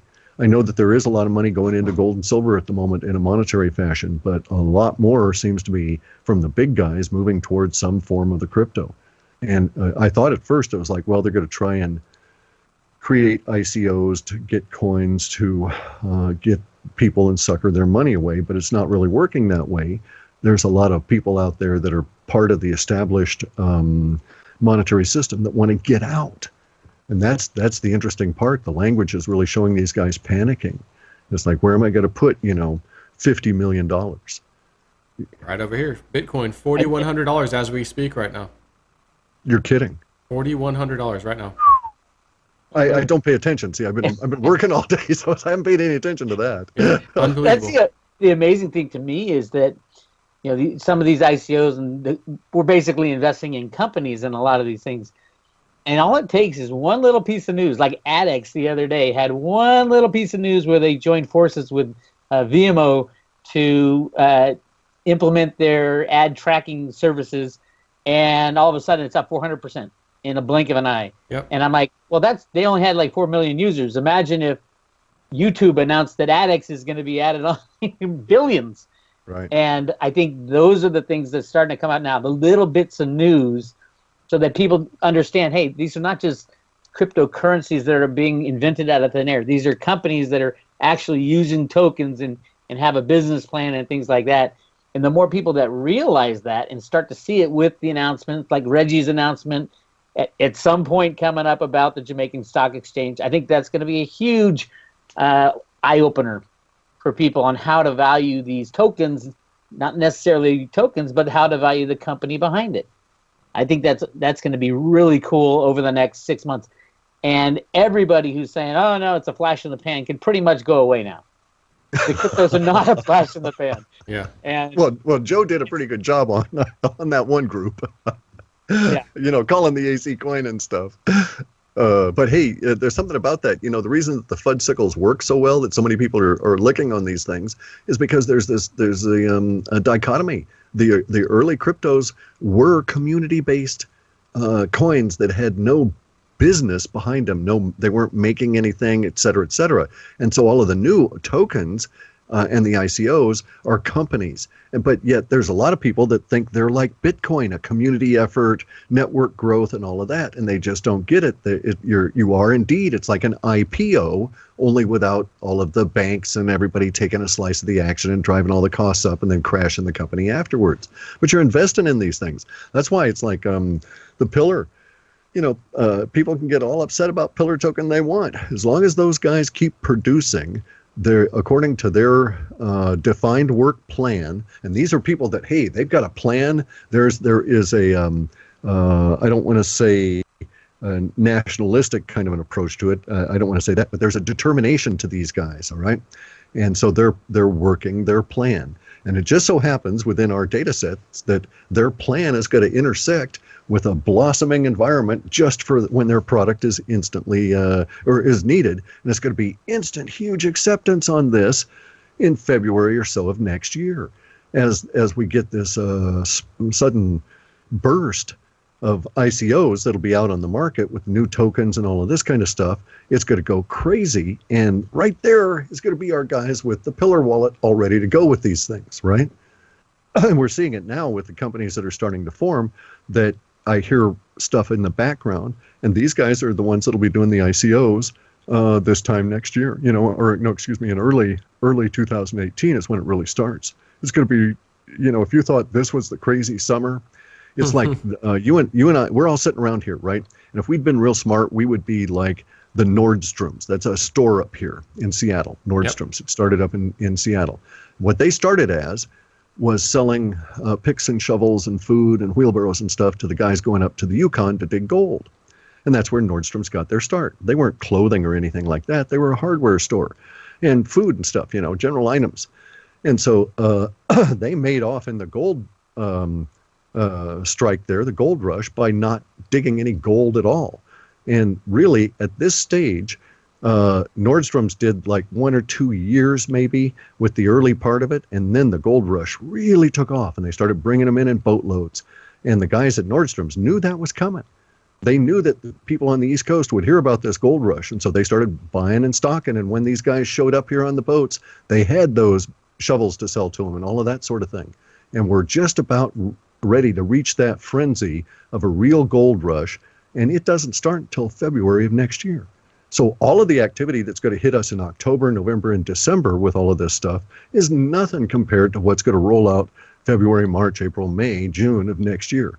We might see hundreds of companies doing this. Did everybody hear that who thinks they've missed the boat in Bitcoin? Did everybody hear what Clif just said? How many times can we scream it from a rooftop? More than we can count. Just starting. Yeah. And we've got 2 trains at the moment, really. We've got Bitcoin, and then we've got Ethereum. There's a lot of other coins, some of which are payment mechanisms and so forth, that'll never have any attempt to run anything on their network. Ethereum is really moving towards that space. We've got EOS that'll eventually bring something up. But at the moment, it's the Ethereum blockchain that everything's running on. And there's no real business within Ethereum. They have their goals, but they were sort of setting out to be the Nordstroms, the supplier to the other outfits. And so we've got the infrastructure in place. Now all these other guys are doing some really cool kind of stuff, and you see the linguistics for ICOs spreading. It's starting to become known that an ICO is a company that is funding itself. And so we're now starting to see the linguistics that are a little bit different, because the mainstream people are starting to differentiate. Oh, it's not quite like Bitcoin. There's a guy in charge. There's actually a company here with an address. Yeah. Like, where's Bitcoin's headquarters? I actually got asked that. Where's the headquarters of that corporation? That's a good question. We don't really know. No. In fact, we'd have to say it would be temporal anyway. Yeah, there's nodes everywhere. There's exactly. There's branches everywhere. Globally, yep. Yeah. And maybe even in Antarctica, for all we know.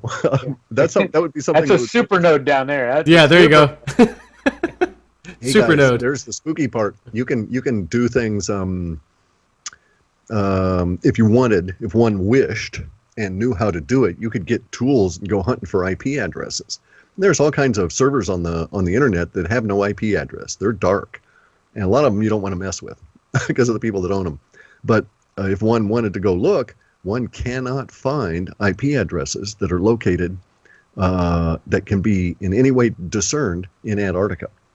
It's like the whole area is dark. Almost like its own internet, separate from everything else. But we know it touches in 2 areas into South America. And we also know they're fiber.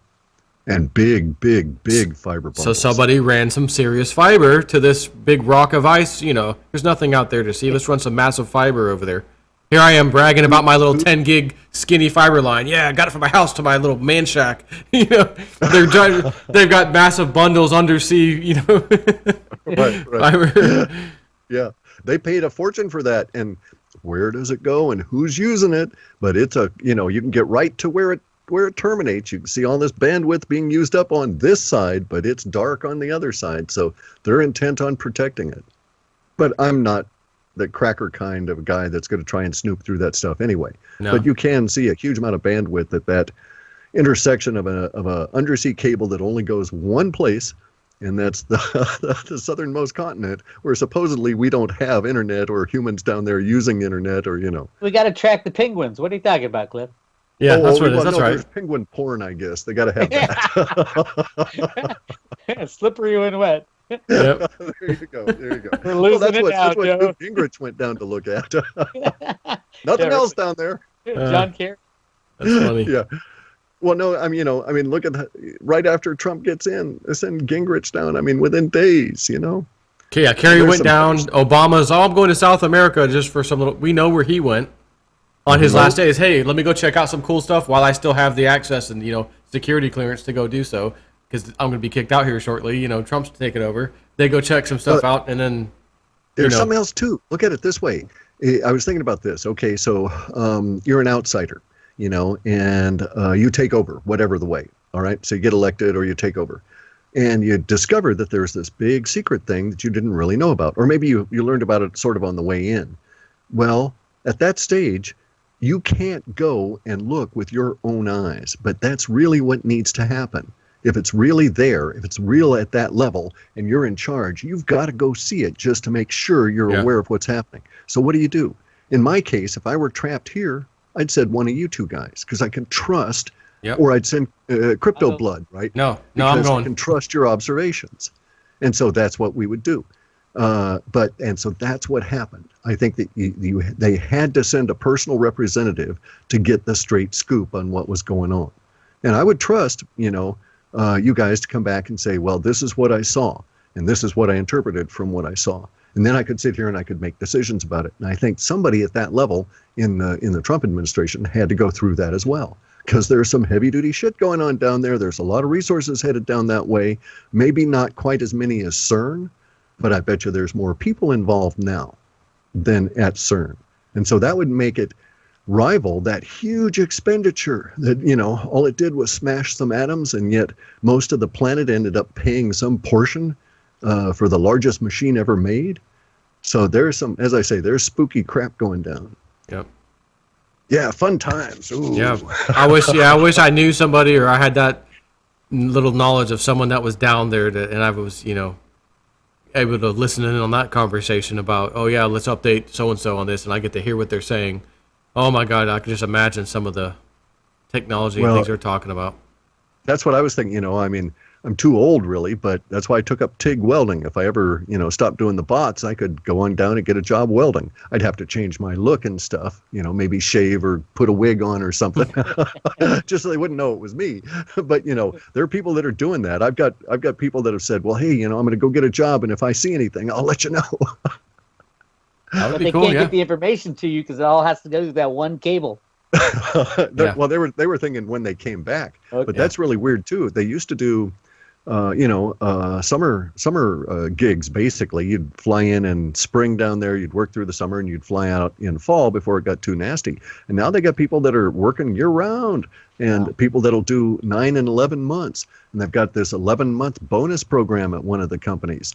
That, if you stick and do the job there for 11 months, they'll give you 11 months pay on return. Additional, like a 2-for-1 kind of a deal. Massive bonus. Wow. Right. And so they really need some kind of stuff there in terms of whatever it is they're paying for. You see a lot of the jobs that are advertising now are even coming down into the more mundane. I have yet to see barista, but I've seen physical therapist. I've seen musculoskeletal medical massage therapist. So, sort of high-end stuff, but it's pushing it down, means they're broadening out the pyramid of support stuff. The more people you add, the more injuries you've got. You're going to need to, unkink after a day of, digging those stasis chambers out with the giants in them, all of that kind of stuff. That's hard on the back, even if you're using one of those little lifter deals. Wow. So anyway, Incredible. Somebody's going to come back pretty soon with a video and tell us all this, but I'm pretty sure they're not going to be part of the, the Blue Space Chicken group. Those people annoyed me. I got hassled by the individual people involved. They were quite upset to hear that I didn't think the space chickens were real. I think everybody's upset about everything these days. Those space energies are kicking our butts. Yeah. A lot of That's why the meditation Tulsi over tea. here. Yeah, that's I'm doing it chemically because I don't have the time for that anymore. Really, I've got so much going on. So I have the Tulsi tea, and that really helps. But I've also noticed that these things are coincidentally temporal, and it's shifting through the day. So I think it relates to where the sun is relative to the galactic center, in our or where we are relative to the sun and galactic center. So as the Earth spins, I find that the most intense period of time for the energies here in the Northwest are, and at our latitude, are in the late afternoon. And so I'll feel them from like, you get generally irritated from these things, or itchy or jittery, or they affect you, right? You're just not quite yourself. And then not comfortable in your skin, as the French say. And then around 4:30 or 5, it's like it sort of breaks, like breaking surf. It clears out the air, and you get a little bit of a relief. And then actually I feel a little bit, beefed up, and it's like, oh, negative ions, feeling good now. And it's been repeating this pattern, and the time of day is gradually shifting further and further into the later afternoon. So what I think is going on is relative to the sun. And the sun is an obscuring vessel. This brings up the fidget spinners. Okay, so the sun is out there, and as it's moving through space, the stuff it's moving through slips around it. And so our orbit back here relative to the energy slipping around it shows basically when you would hit the high impact levels of these energies. And you can actually plot it on SOHO. You can look at it in the X-ray graphs. So they're actually tracking this stuff, right? We're seeing more cosmic rays and all of this. And especially now with the chemtrails gone, whoever it is not signing those checks. But it's been quite brutal here. We've had no rain, except for yesterday we had a little bit, but it got maybe 1/8 of an inch of the soil wet, and that was about it. And it's all directly related to what's going on with chemtrails. Once they stopped those, it got blazingly hot, and Canada is burning. And by the way, that was in the data too, wasn't it? Yeah, it was. It went all the way back though to. I think one of the guys up there said that he found it in the reference, the 100-mile fire. And I thought it would be, that was how it came out of the data, was 100-mile fire. I think, and it's in like maybe May of 2016 or something. I mean, he told me what one it was in, but I just forgot because I'm writing the current one. But it's out there, and it was labeled as 100-mile fire. And he said that I was wrong in the description set because it wasn't a fire that was 100 miles long. It was a fire at the 100-mile marker. There's all these markers, even though they're on the metric system. In Canada, when the train system went through, they did it all on miles. And so there's the 90-mile marker and the 100-mile marker and so on. And there were little towns that sprung up around them and this sort of thing. And so there was a fire, a huge giant fire, the one we're breathing, was at the 100-mile marker up in BC. And so now think about that.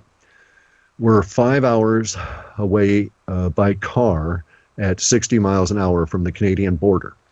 And so, we're 300 plus miles, right? And so the fires are actually about another 100 miles north of that. And so we're looking at smoke that is so pervasive, it goes 700 miles down towards us and further south, and at the same time is going almost 1,400 miles to the east. Wow. So incredible amount of dead trees that are burning. And those trees are dead because of the aluminum from the chemtrails. So they kind of screwed us, guys. They were trying to keep the planet temperature even, so we wouldn't have these violent swings. But at the same time, they were killing off all of the flora with the aluminum poisoning. And they killed off huge amounts of trees that are now going to burn, put more carbon dioxide in the air, more ash, and that kind of thing. When the ash is not a bad deal anymore because it reflects the light, just like the volcanoes that'll be going off. Yeah. Oh, and by the way, a bit of irony, maybe like galactic irony. The Pope of the Space Chickens is promoting his first conference of all places on Mount Shasta, on of all days, the eclipse. So get this, he's obviously in contact with the blue avians who've told him, yeah, it's cool. You can go on a volcano, that's sitting on 9 active faults on the day of the eclipse, which is the most geologically active day for weeks. Well, for the rest of the year, it's going to set things off incredibly. So I think it's just kind of curious, and it's like barbecue chicken. It kind of reminds me of there's a young guy I heard an interview back. He worked in one of the Twin Towers on 9/11, and he uncovered some massive financial fraud, and was telling his bosses they didn't want to hear him. They tried to shut him up. They ended up firing him, and he was like, holy crap! I thought you'd be happy that I brought this to you. Now you fired me. Now I'm upset.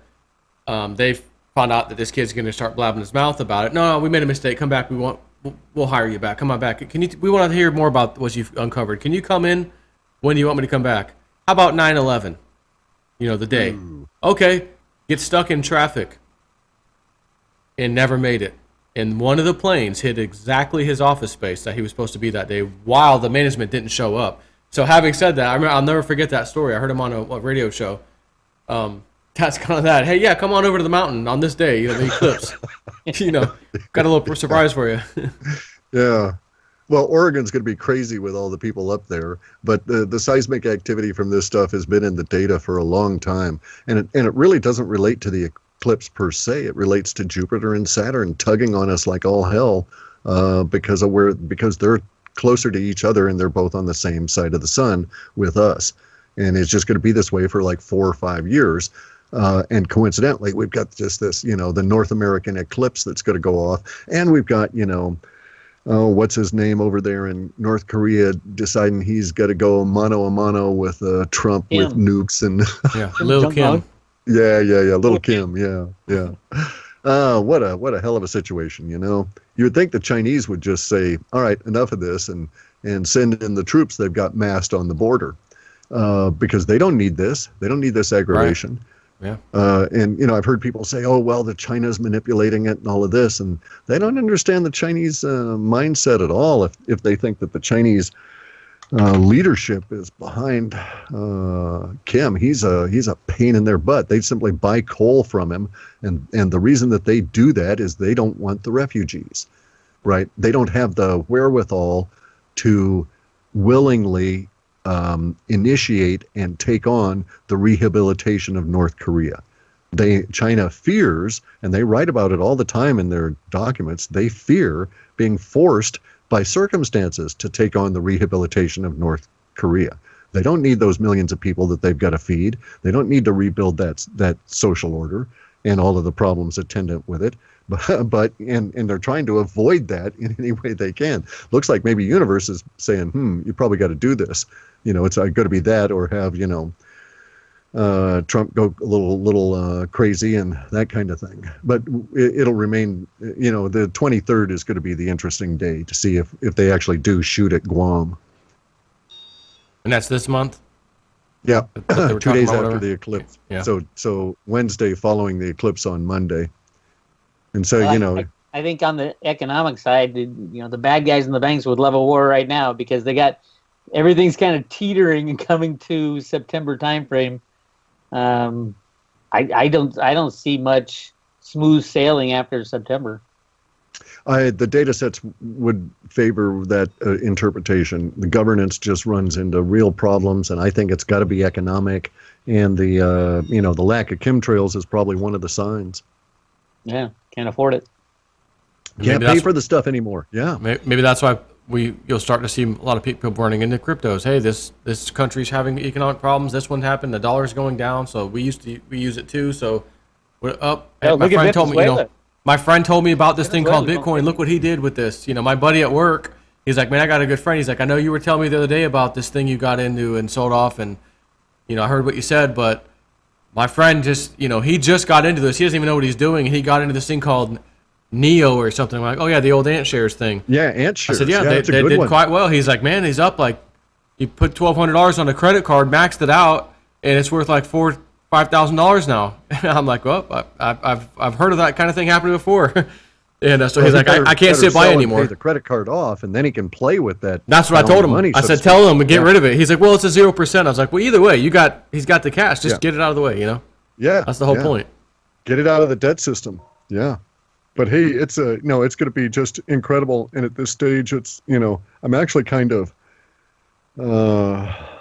well, I got myself into a bind, I mean, I've got a help Centra card now for the investors. And, Sam needs somebody to help him along because obviously Sam needs somebody to help him along, as he demonstrated.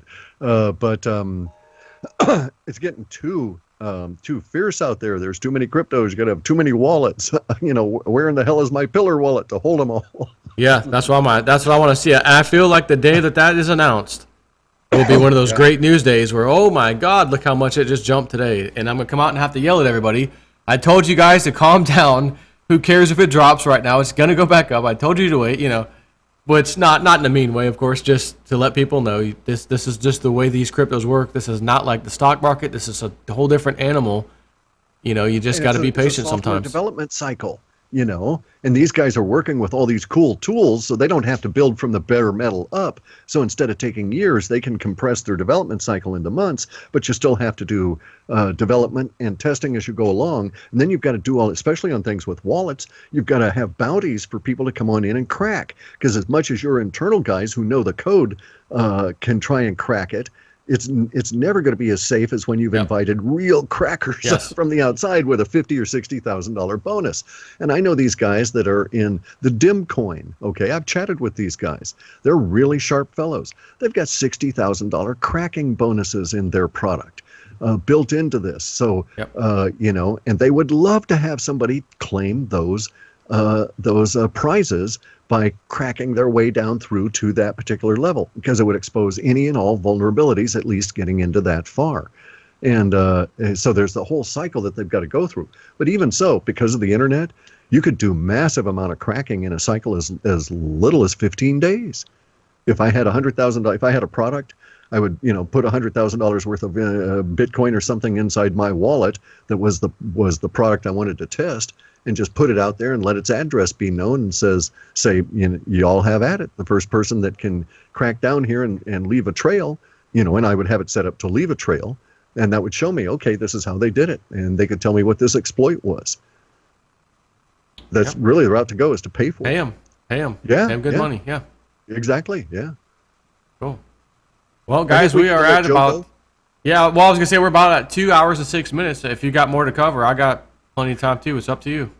I just, like I was saying about all the FUD, and how it's now surfacing through churches, through religions. It's not only just the Christians. You're also seeing this stuff coming out of India with the fundamentalist Hindus there. Oh, no, can't have non-gold money. That's a true gold money society. And this is something, Bix, next time anybody bitches about, oh, well, gold's going to save us and stuff. It's like, well, it hasn't saved India. They've got, everybody's got gold as a store of wealth, but it's not really able to be exchanged. You can't do stuff with it, So it's anyway, the largest importer of gold in the world, and one of the poorest countries. Yeah. You guys ever see these, by the way? Have you ever run across these things? No, I was going to pull up my Magic 8 Ball when you had that up, but it was inferior to those, so I just left it on the table. Yeah, this is a chromed steel sphere that has little things inside it, right? Okay. And sort of like the opposite of the nervous fidget spinners, because the idea is that you put them in your hand and you learn to control them such that there is no sound. And so it calms the mind, not simply reinforcing the fidgety patterns inside your brain. The fidget spinners, I don't think, are a good idea, simply because they're going to harmonize with your natural nervousness and ingrain those patterns into your brain. Whereas these kind of an approach, the old Zen Taoist approach, the martial arts approach, is that you would control your mind by learning to control your body at a micro fine level so that you don't get any sound out of it, right?